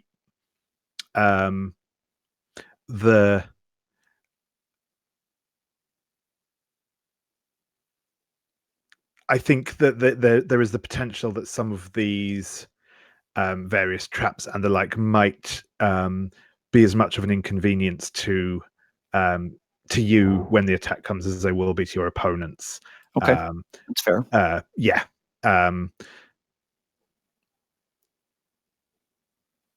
But yes, I think you managed to like produce them still. But yes, I think it's okay. Yeah. Alrighty. So we've got that done. And I'm assuming that Madame Lau is going to agree to this and assist us. Yes, she will. Okay. Cool. Right, yes. So I think we'll call a 5-minute break now, and then we will come back and begin our climactic showdown.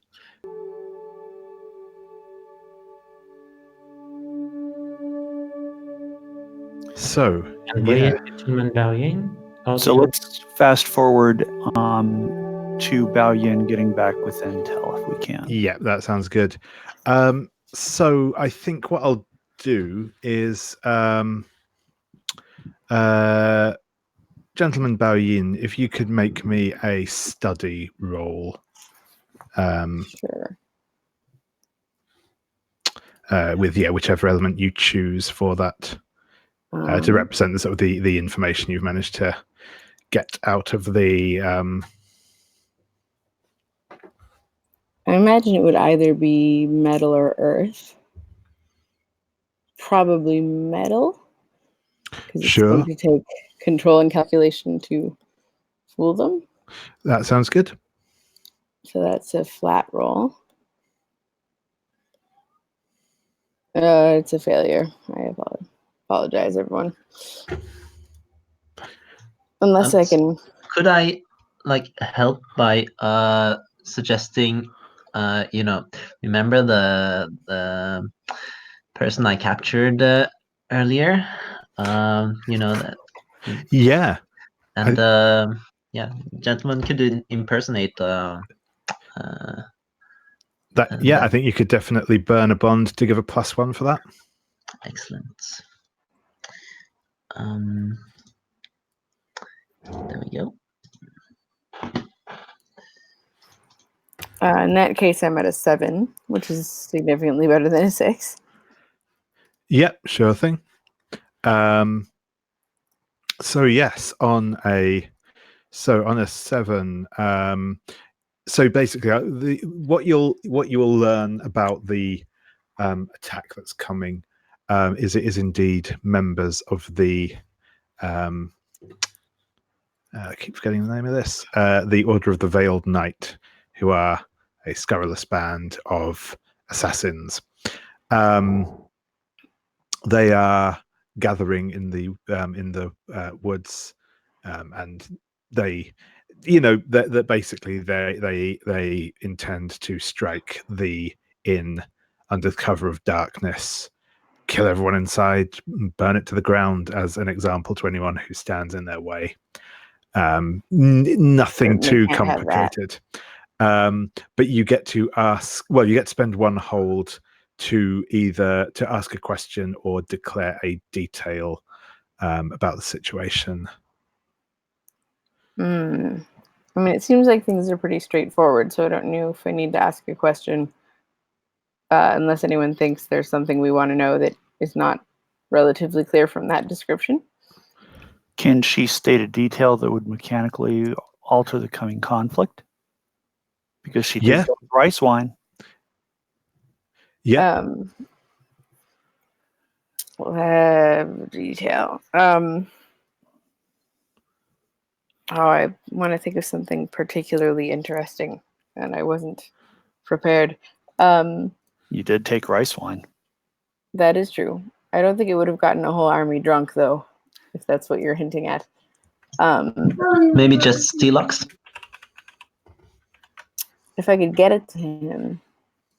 If I went in disguise, maybe I drugged it.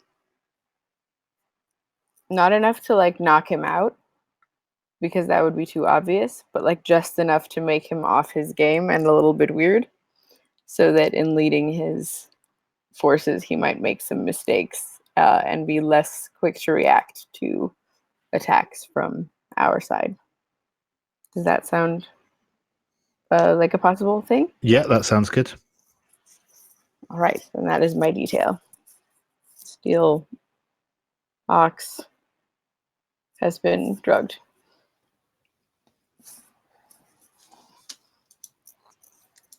And I left the bottle with him, so that if he had a, shot of it or small cup of it or whatever you do with rice wine, before heading in for the siege/battle, it would only reinforce his disorientation.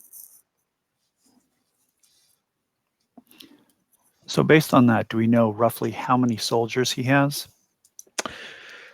Yeah, it's a fairly small group. Fairly small in terms of, it's not an army he's coming with. These are he's coming in with trained assassins. So there's possibly maybe a couple of dozen of them all told.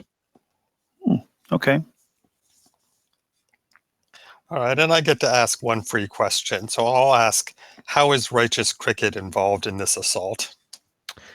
Yeah, so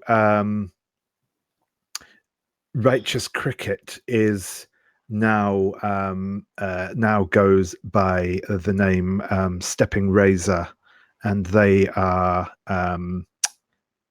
they are in fact the right hand man to Undefeated Steel Ox.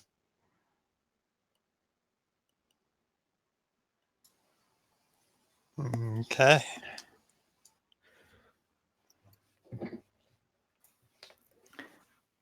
And then can we also assume that Bao-Yin hurries back with this information? Yeah. Oh yes, yes. Sorry, I assume this. Yeah, that was essentially the study role was essentially Bao-Yin giving the report back to you all. Okay. Yeah. So at this point, we tell Madame Lau the attack is not coming in the morning. It is coming tonight, and we need everyone out in the forest with these devices and these strings to trip people, and basically just with whatever weapons they have at hand. Rolling pins, sticks, kitchen knives, so on and so forth. Yeah. And yeah, she you see she'll start equipping the older and more experienced members of the staff here with some rudimentary weaponry, though you do notice that actually no one here is of particular prominence in skill mostly, but they do seem to have had some training, and Madame Lau comes down from sort of an upstairs room carrying a long glaive, which she kind of twirls around in clearly practiced movements. Right. Lucky dumpling. Auspicious dumpling. Auspicious, lucky, endearing yourself to Madame Lau. Yeah, Stay with the forces and lead them, and make sure that no one gets killed or injured too badly. Do you think you can do that? I bow and says, I will prove myself worthy of the honor you give me. And I sort of glance at Madame Lau, who I'm guessing looks very unimpressed. She'll be more impressed when you save her in. Ming, guard this door.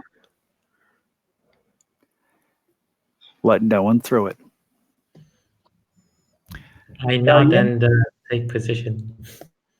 Bao-Yin, your interesting scarf, I think, will be very helpful to us. I will be there. I don't know how practiced you are at moving and fighting in the dark, but this is a forest, and there are plenty of trees to wrap your scarf around. Trip them, annoy them. Do whatever you can. I will do what I can. Pester them. Amuse I am nothing if not an amusing hindrance to most, so I should do my best. You're much more than that, and you know that. Changing wind? Yes, Jin. How do you feel about cutting the head off of a dragon tonight? We'll do it together. Let us move forward. Let's. And so off we go into the darkness. Can I, is this the right time for me to roll Reign of, what is that? Reign of Assassins? Let's see. So I just need to remind myself of. Yes. This sounds like a good point for you to make that roll. Also, does Rebel apply? You could. You could definitely. You could definitely call some. My friend. Yeah. But I guess we needed to have come up with this a bit earlier. Like, at this point, the only way this is going to work, narratively speaking, is if I run into a bunch of people that I know who are like willing to help. Well, there was that group of random warriors and ruffians in the inn. So Okay, so I'm going to do rebel just to get us some help.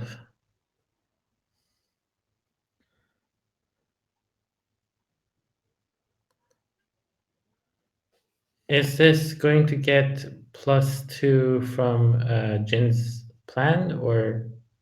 No, that's Jin can spend hold for that, so it's not an automatic thing. Okay, so I'm going to do wood. No, let's not risk wood so close to a fight. Okay, I'm gonna go with fire just because it's been firing. So I'm going to first do the rebel thing. 2d6 +1. 12. Whoa. Yeah. So you as you're talking to the these ruffians, they are essentially, in fact, yeah, why not? They are actually a small band of the Screaming Ghost Brotherhood, and they have recently been targeted by the Order of the Veiled Knight, and they are. You're able to convince them to help fight against your common enemies. Great, and this is not mechanically doing anything. This is just adding up to our number, right? Or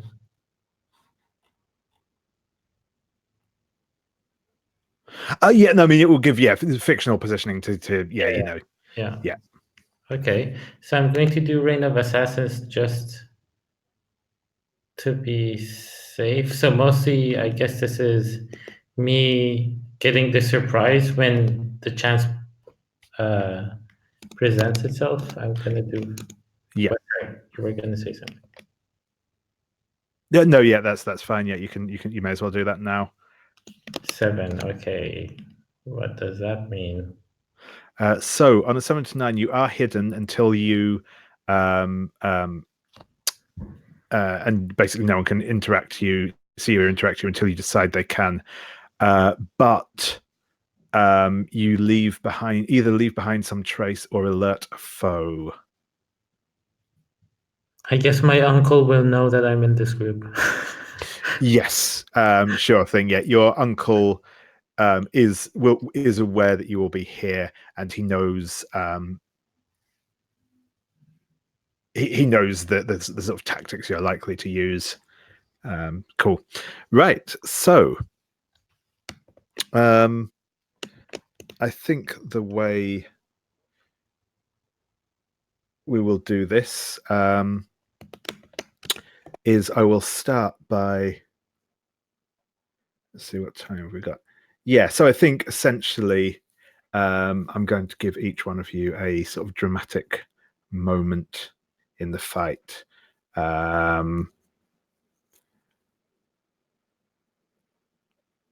So yeah, I think I'll start with Gentleman Bao-Yin. You are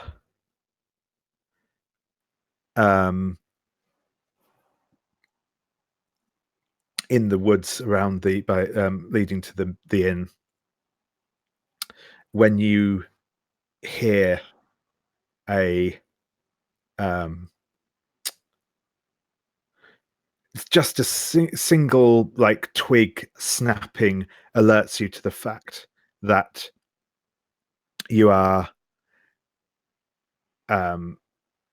about to become the target of an attack, as several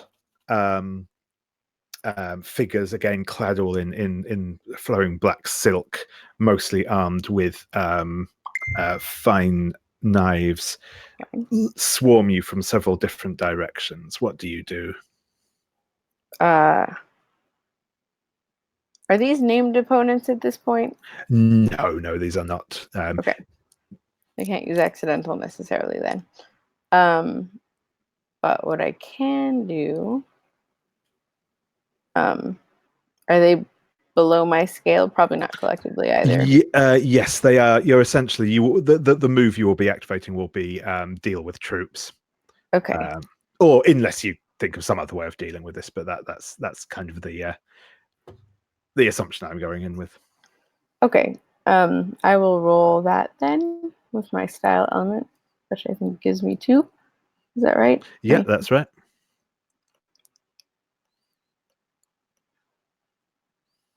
So it's a 9. Okay, yeah. So on a 9, you defeat them. So yes. Describe how this looks as you take out this group of assassins as they come for you.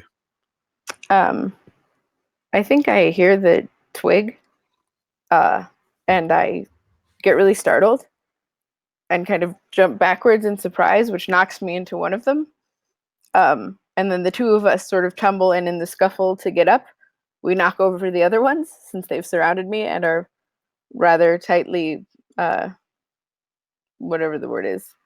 You said they were like honing in on me, right? Yeah, sorry, that's right. So I think it becomes like this ridiculous scuffle in which everyone's just trying to like get up and hold their footing, but nobody's managing.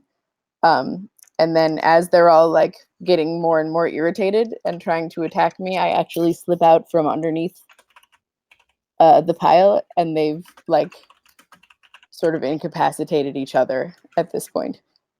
That seems like my fighting style right there. Awesome.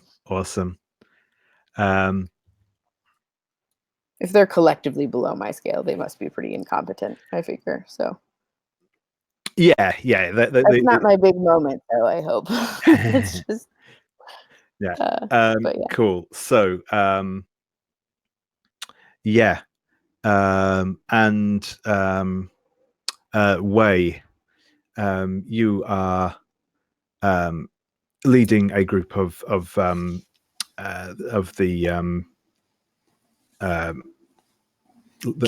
Lao family. Exactly. Yeah. And I think right. Well, hopefully I end up in conflict with what was his name? Steel Razor. Stepping Razor. Yes. So Stepping Razor. Yes. Indeed, you are.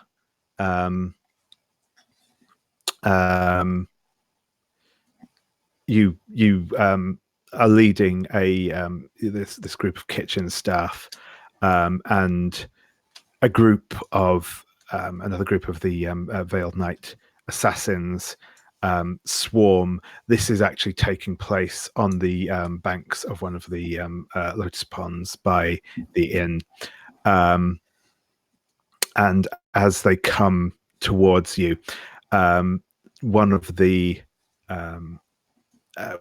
serving staff throws one of the improvised grenades, and it explodes in a big cloud of choking smoke laced with chili powder, and for a moment there is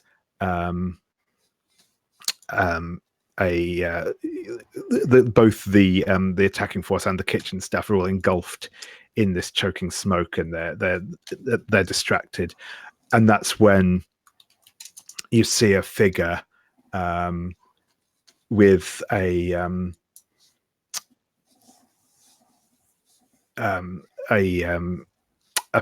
sort of pair of hook swords will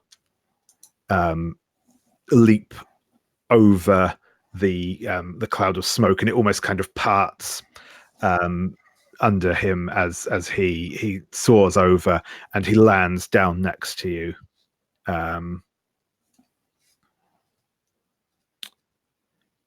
And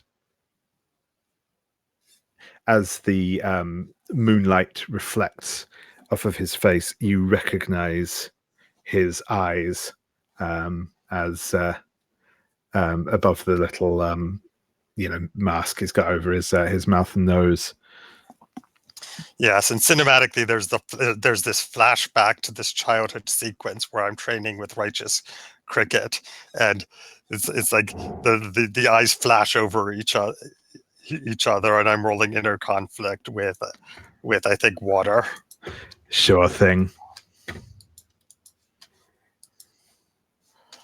That's a 9. So I'll go ahead and mark my water. Sure thing. And yeah, I completely recognize him, and I realize that he must have been a traitor. Yeah, and he sort of quite senses. Well, Wei, I did not expect to see you after all these years.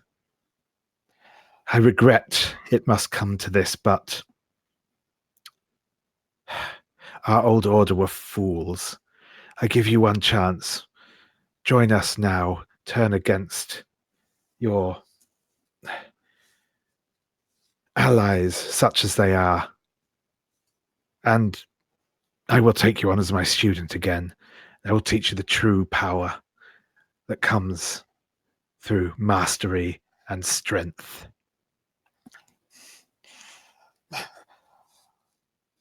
Master Cricket,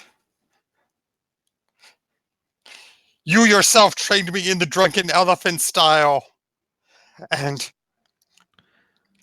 I will show you its true power. Foolish child. Well, at least this will be quick. And he lunges towards you, bringing sort of both of the hook swords down, down towards you.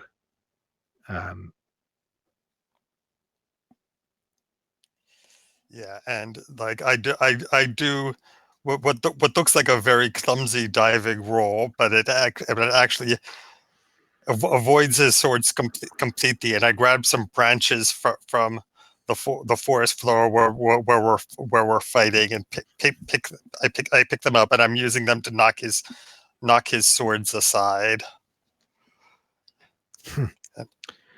Well, you have certainly improved. I suppose I should take that as credit to my teaching. And I think he lashes out and kicks one of your knees out from under you. Okay. Yeah, and I've fallen. I'm rolling on the ground, and for a moment, it looks as if I'm helpless. But I hear a gasp, and I catch Hylao's eyes, and that gives me the strength to fight on, and right. I mean, I toss the branches at him, which only slow him down for an instant, but it gives me the time to get a little space between us. Excellent. And I think if you want to roll the duel move, he is at your scale.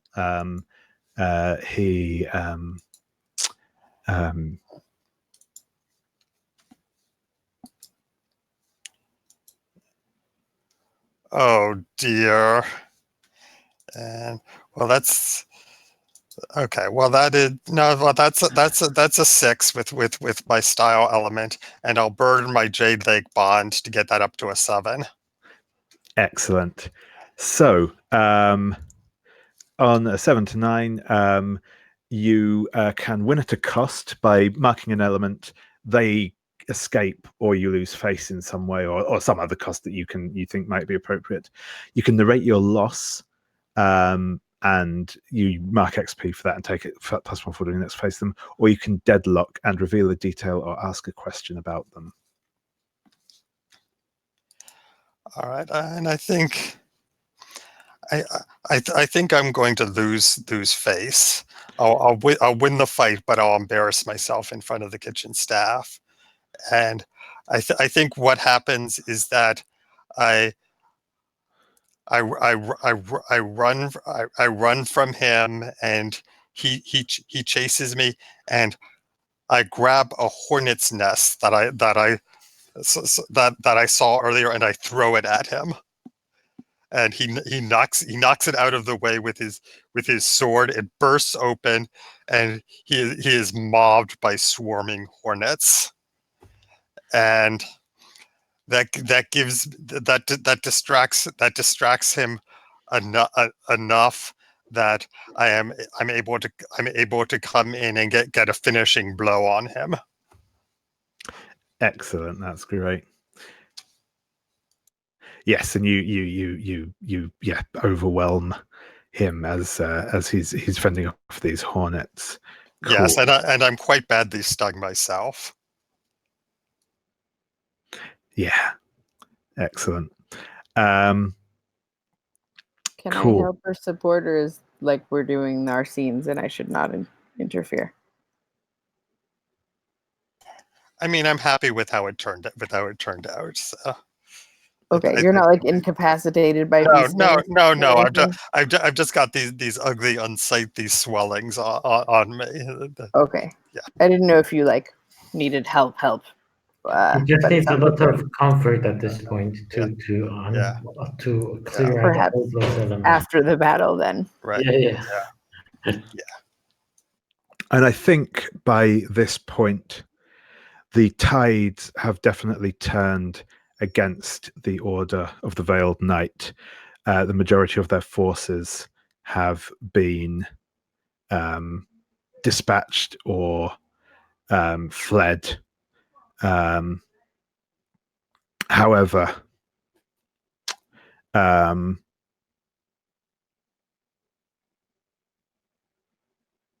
the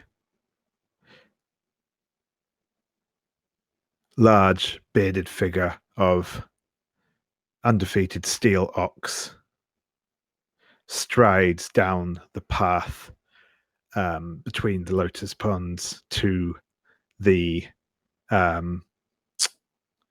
towards the inn, where by this point you have all fallen back. And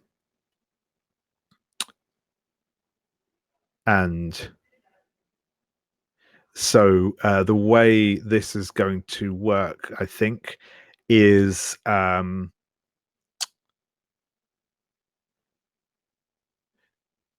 essentially if you fight him together, or at least in quick succession, then you will be able to engage him on his scale.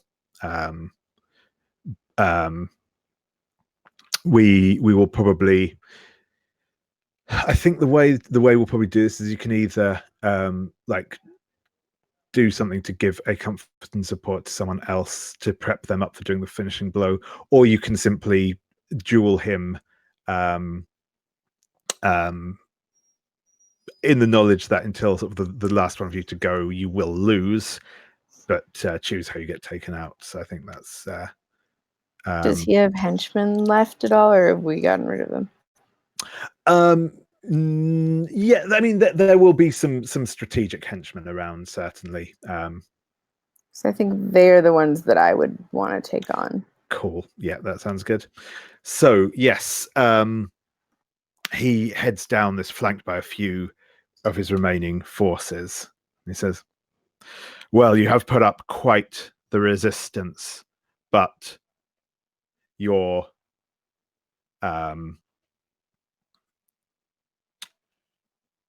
this ends now. I will not brook you to stand between me and what I wish for any longer." If it means that you stop talking at us and lecturing us, then thank heavens. Let us end this now, Steel Ox. I've been waiting for this moment for a very long time, as has Changing Wind. Steel Ox, the dragon has lingered for you long enough. It is time for it to wake. And I pull the sword out of its scabbard. I'm going to try to catch people's eye to let them know that my plan is to take on the people around. And and that they can focus on, Steel Ox, but that I will be defending from the outside. And as for me, I and my group of scoundrels are just hiding, waiting for to see if we need to ambush or do anything. It's for now no one seems to know that we exist, so it's just defending defending the stores as part of the plan, but keeping hidden so that we can jump in and help at any point.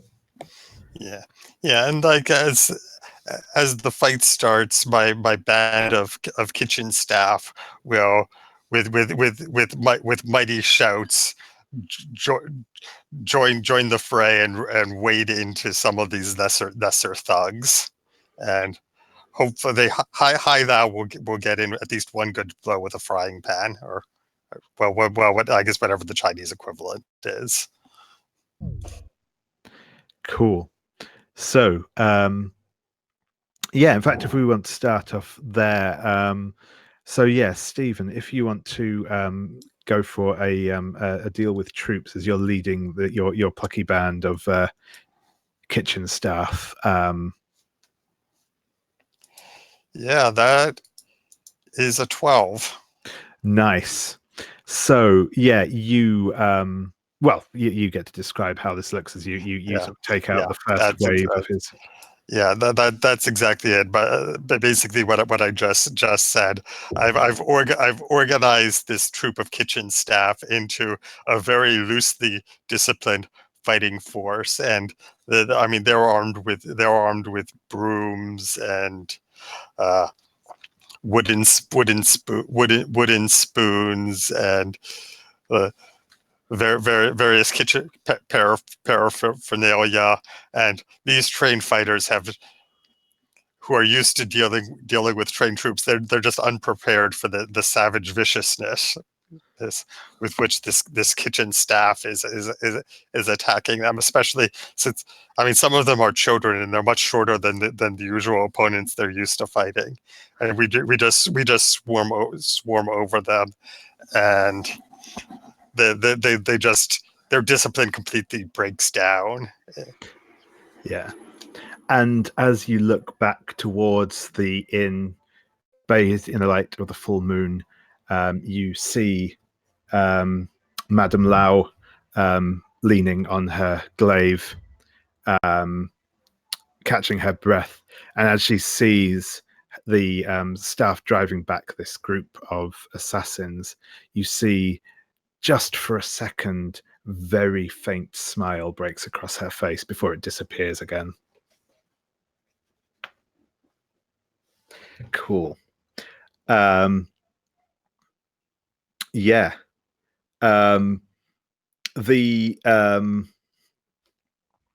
remaining assassins have drawn back from the assault of the kitchen staff, and not surrounding, but they're moving with Steel Ox as he heads towards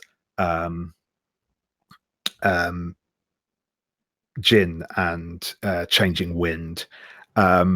They have drawn throwing darts, which you can see Bao-Yin are glinting with a strange oily substance under the light of the moon. Yeah, we definitely can't have that.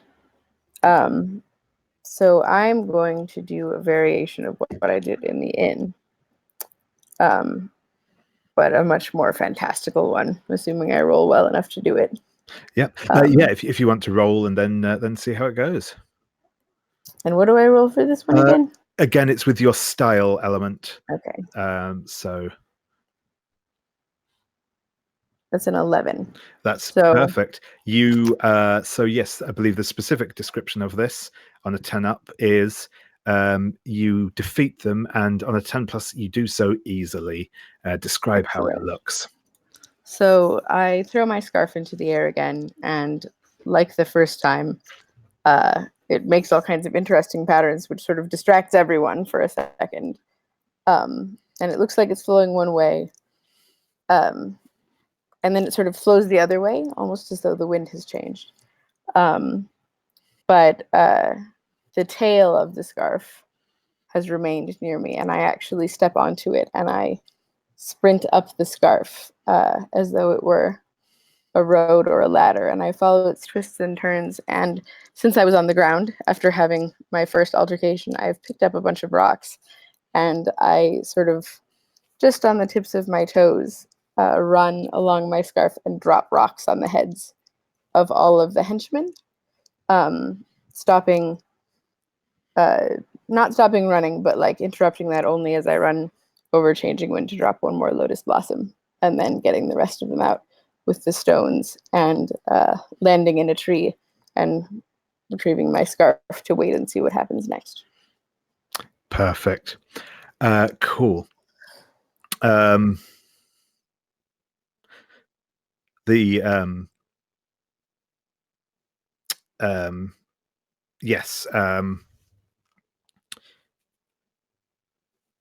The Steel Ox chuckles and says, resourceful, but it matters not. I will defeat you all myself.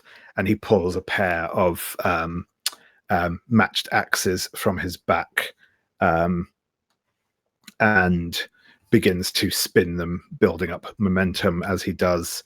And you, and as he's moving towards Jin and Changing Wind, you see him narrow his eyes and glance into the shadows. So, Ming, at this point, you think basically your uncle will notice you, but at the moment you still have the element of surprise on him if you wish to act.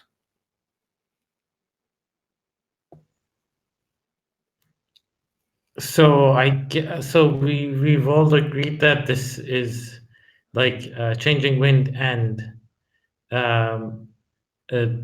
Lady Jin want to go and finish him off.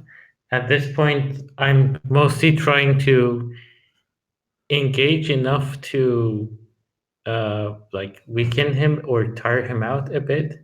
So that, because I know that he's like, the way I look at this is he is higher than they are in scale. That's right. So yeah, what you can do is essentially you can duel him. He is at this moment higher scale than you, so you can't defeat him, but you can still, you could basically wear him down. Yeah. Or like, I was also thinking one thing I could do is to just wait and assist when they roll, or no, not sure which one's going to work. Whether you tell me, and then I'm gonna do that. Yeah, no, I think the just going in for the duel is probably okay, great. So the duel would be with my wood, which is +2, and I'm gonna roll 2d6 +2. 12. Whoa. nice. So I think even that is not gonna win a higher scale, right? that's correct. If your foe's above scale, you lose the conflict, but on a hit, you may declare how you lose, and you suffer no adverse penalties. It's just that you do not win. Okay. But you get to sort of basically set up something fictional that's yeah.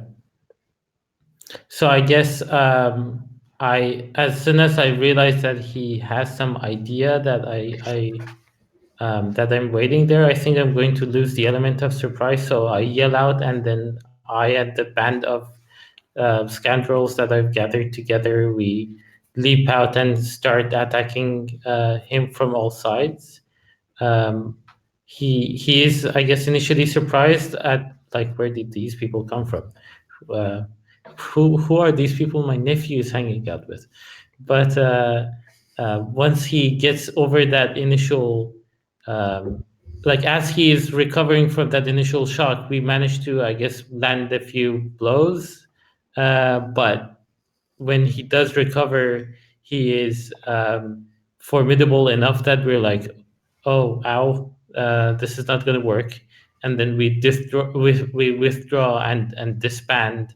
And at this point, we're like kind of like an annoyance, but now I guess he's a bit more tired and a bit wounded.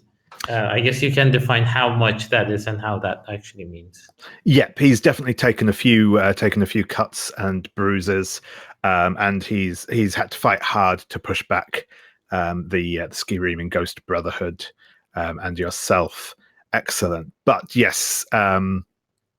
So, changing wind, Jin. Does one of you wish to engage? Yeah. So seeing Ming in battle with my deadly enemy, I cannot wait any longer, and sort of flourish the lingering dragon, and tap lightly and feather step with the blade forward towards leap towards Steel Ox. And Yeah, and I At the think same time, I'm darting toward him, poking at him with the staffs to reduce his scale so that he's at our level. Sure thing. So yeah, I think he brings up both of his axes in like a cross cut to block the lunge with the sword, and kind of hops backwards over the staff as you sweep at his feet. But he's obviously off balance and is hard pressed by the pair of you. So I think what I'm going to do is I'm going to ask if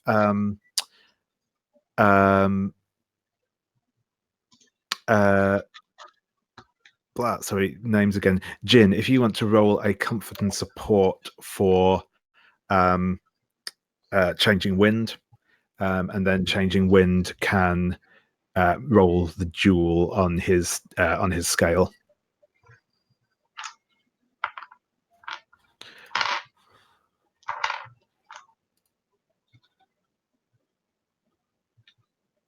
Roll with Earth to get +1. That gets us to a 7. Yep, cool. So you can basically well, if you needed to, you could clear a condition from changing wind, but also it will give you a bond on changing wind, which you can then spend if necessary to boost her roll. And yeah, changing wind, if you would like to roll the dual move. yes. Oh, finally, that is a 13 with the help. Nice. So yeah, you will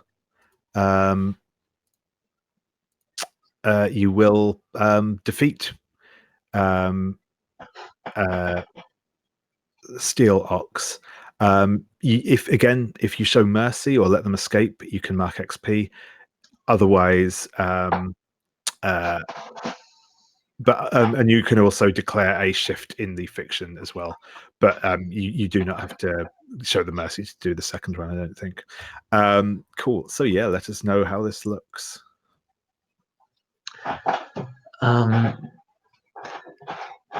Yeah, so there is an exchange of blows, a clang of axe against blade, and despite Jin's valiant effort at distracting, it's looking bad for a while. Steel Ox has, after all, faced the lingering dragon before and knows all the tricks. And at one point, he cuts the silk thread that binds the lingering dragon with the needle. And this, just as things look really bad, changing wind sort of spins the blade to summon up or create the sort of wind, and you see the lotuses, the lotus leaves. They get sort of whirled up in that wind, and it hits Steel Ox, sort of throwing up him high up in the air, and then together Jin and Changing Wind meet him on the way down, piercing him on blade and staff. And I think I want to declare a shift in the fiction as Steel Ox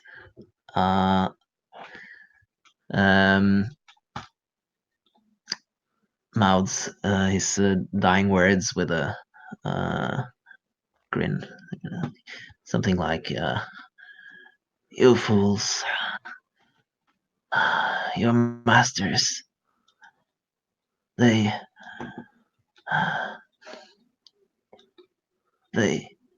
needed me.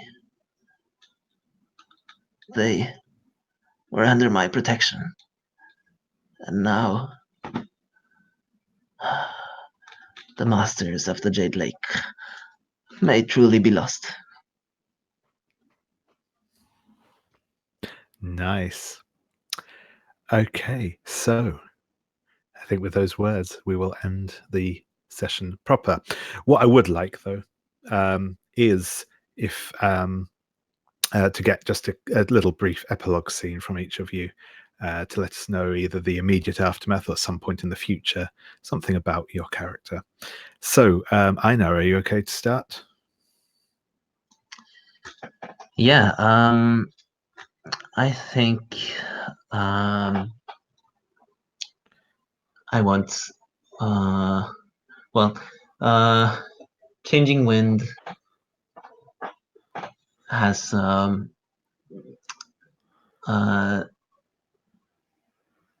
stopped wandering and has at least thought about about settling down and meditating on the recent events. So she asks Ming if he would be willing to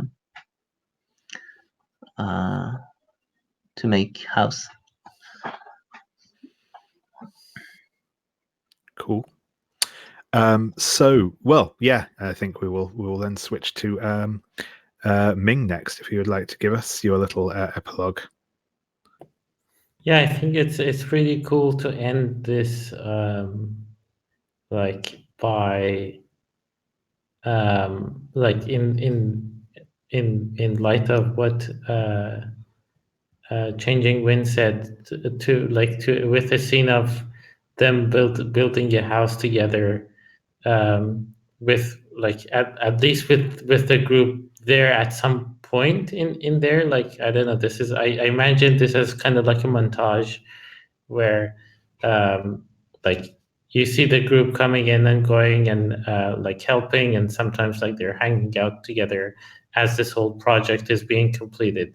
So that kind of thing. But I also suspect that when like settling down also means putting down the like, oh no, I'm such an outsider in this place and they don't accept me, and moving from that to integrating. So that would be like finding an actual job where Ming gets to be part of the community and stepping up his game against like making sure that people who are powerful don't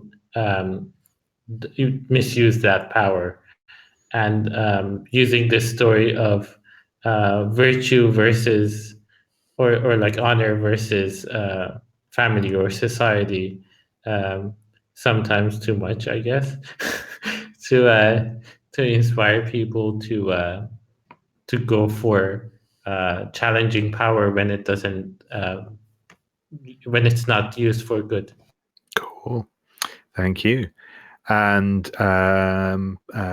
Jin, what do we see of her? She's sitting at a table in the corner of the inn, drinking a wooden cup of green tea. And she smiles. Nice. Yeah. Gentleman Bao-Yin. What do we see? So I'm gonna set mine slightly further back in time to just the end of the battle. Once oh bother, what's his nose? Steel Ox. Yeah. Steel Ox has been defeated. And right as he finishes saying those last words, if you were looking at Changing Wind, you would see that there were lotus blossoms floating down in a circle around her, and that already behind her, where she's traveled, there are lotus blossoms in her wake. But by the time they hit the ground, Gentleman Bao-Yin has disappeared into the night. He will not be saying goodbye because he does not know a way to say goodbye that would not be too forward. And he's spirited away with Lilu, and if you were to go in his room, you would see two things. One is a clear bowl of water with a lotus flower floating in it, and the other is a glass lotus flower on the bed with a note that says, "Changing Wind, do not forget that you will always rise above." But he doesn't expect her to take it because he knows that it might upset Ming. But he leaves it there because he can't not say anything before he is gone. Nice. And finally, Wei. Yeah, I mean, Wei gets the job with the Iron Hand Protection League, and he is traveling quite a bit with his duties as basically a guard for travelers. But he returns to the inn frequently, and Madame Lau, she always scowls at him, but his meal of rice with pickled vegetables, she always puts some fried lotus root on top as well. Brilliant. Well, thank you very much, everyone. Had great fun this evening and for the whole series. So thank you all for joining us. And yeah, thanks very much.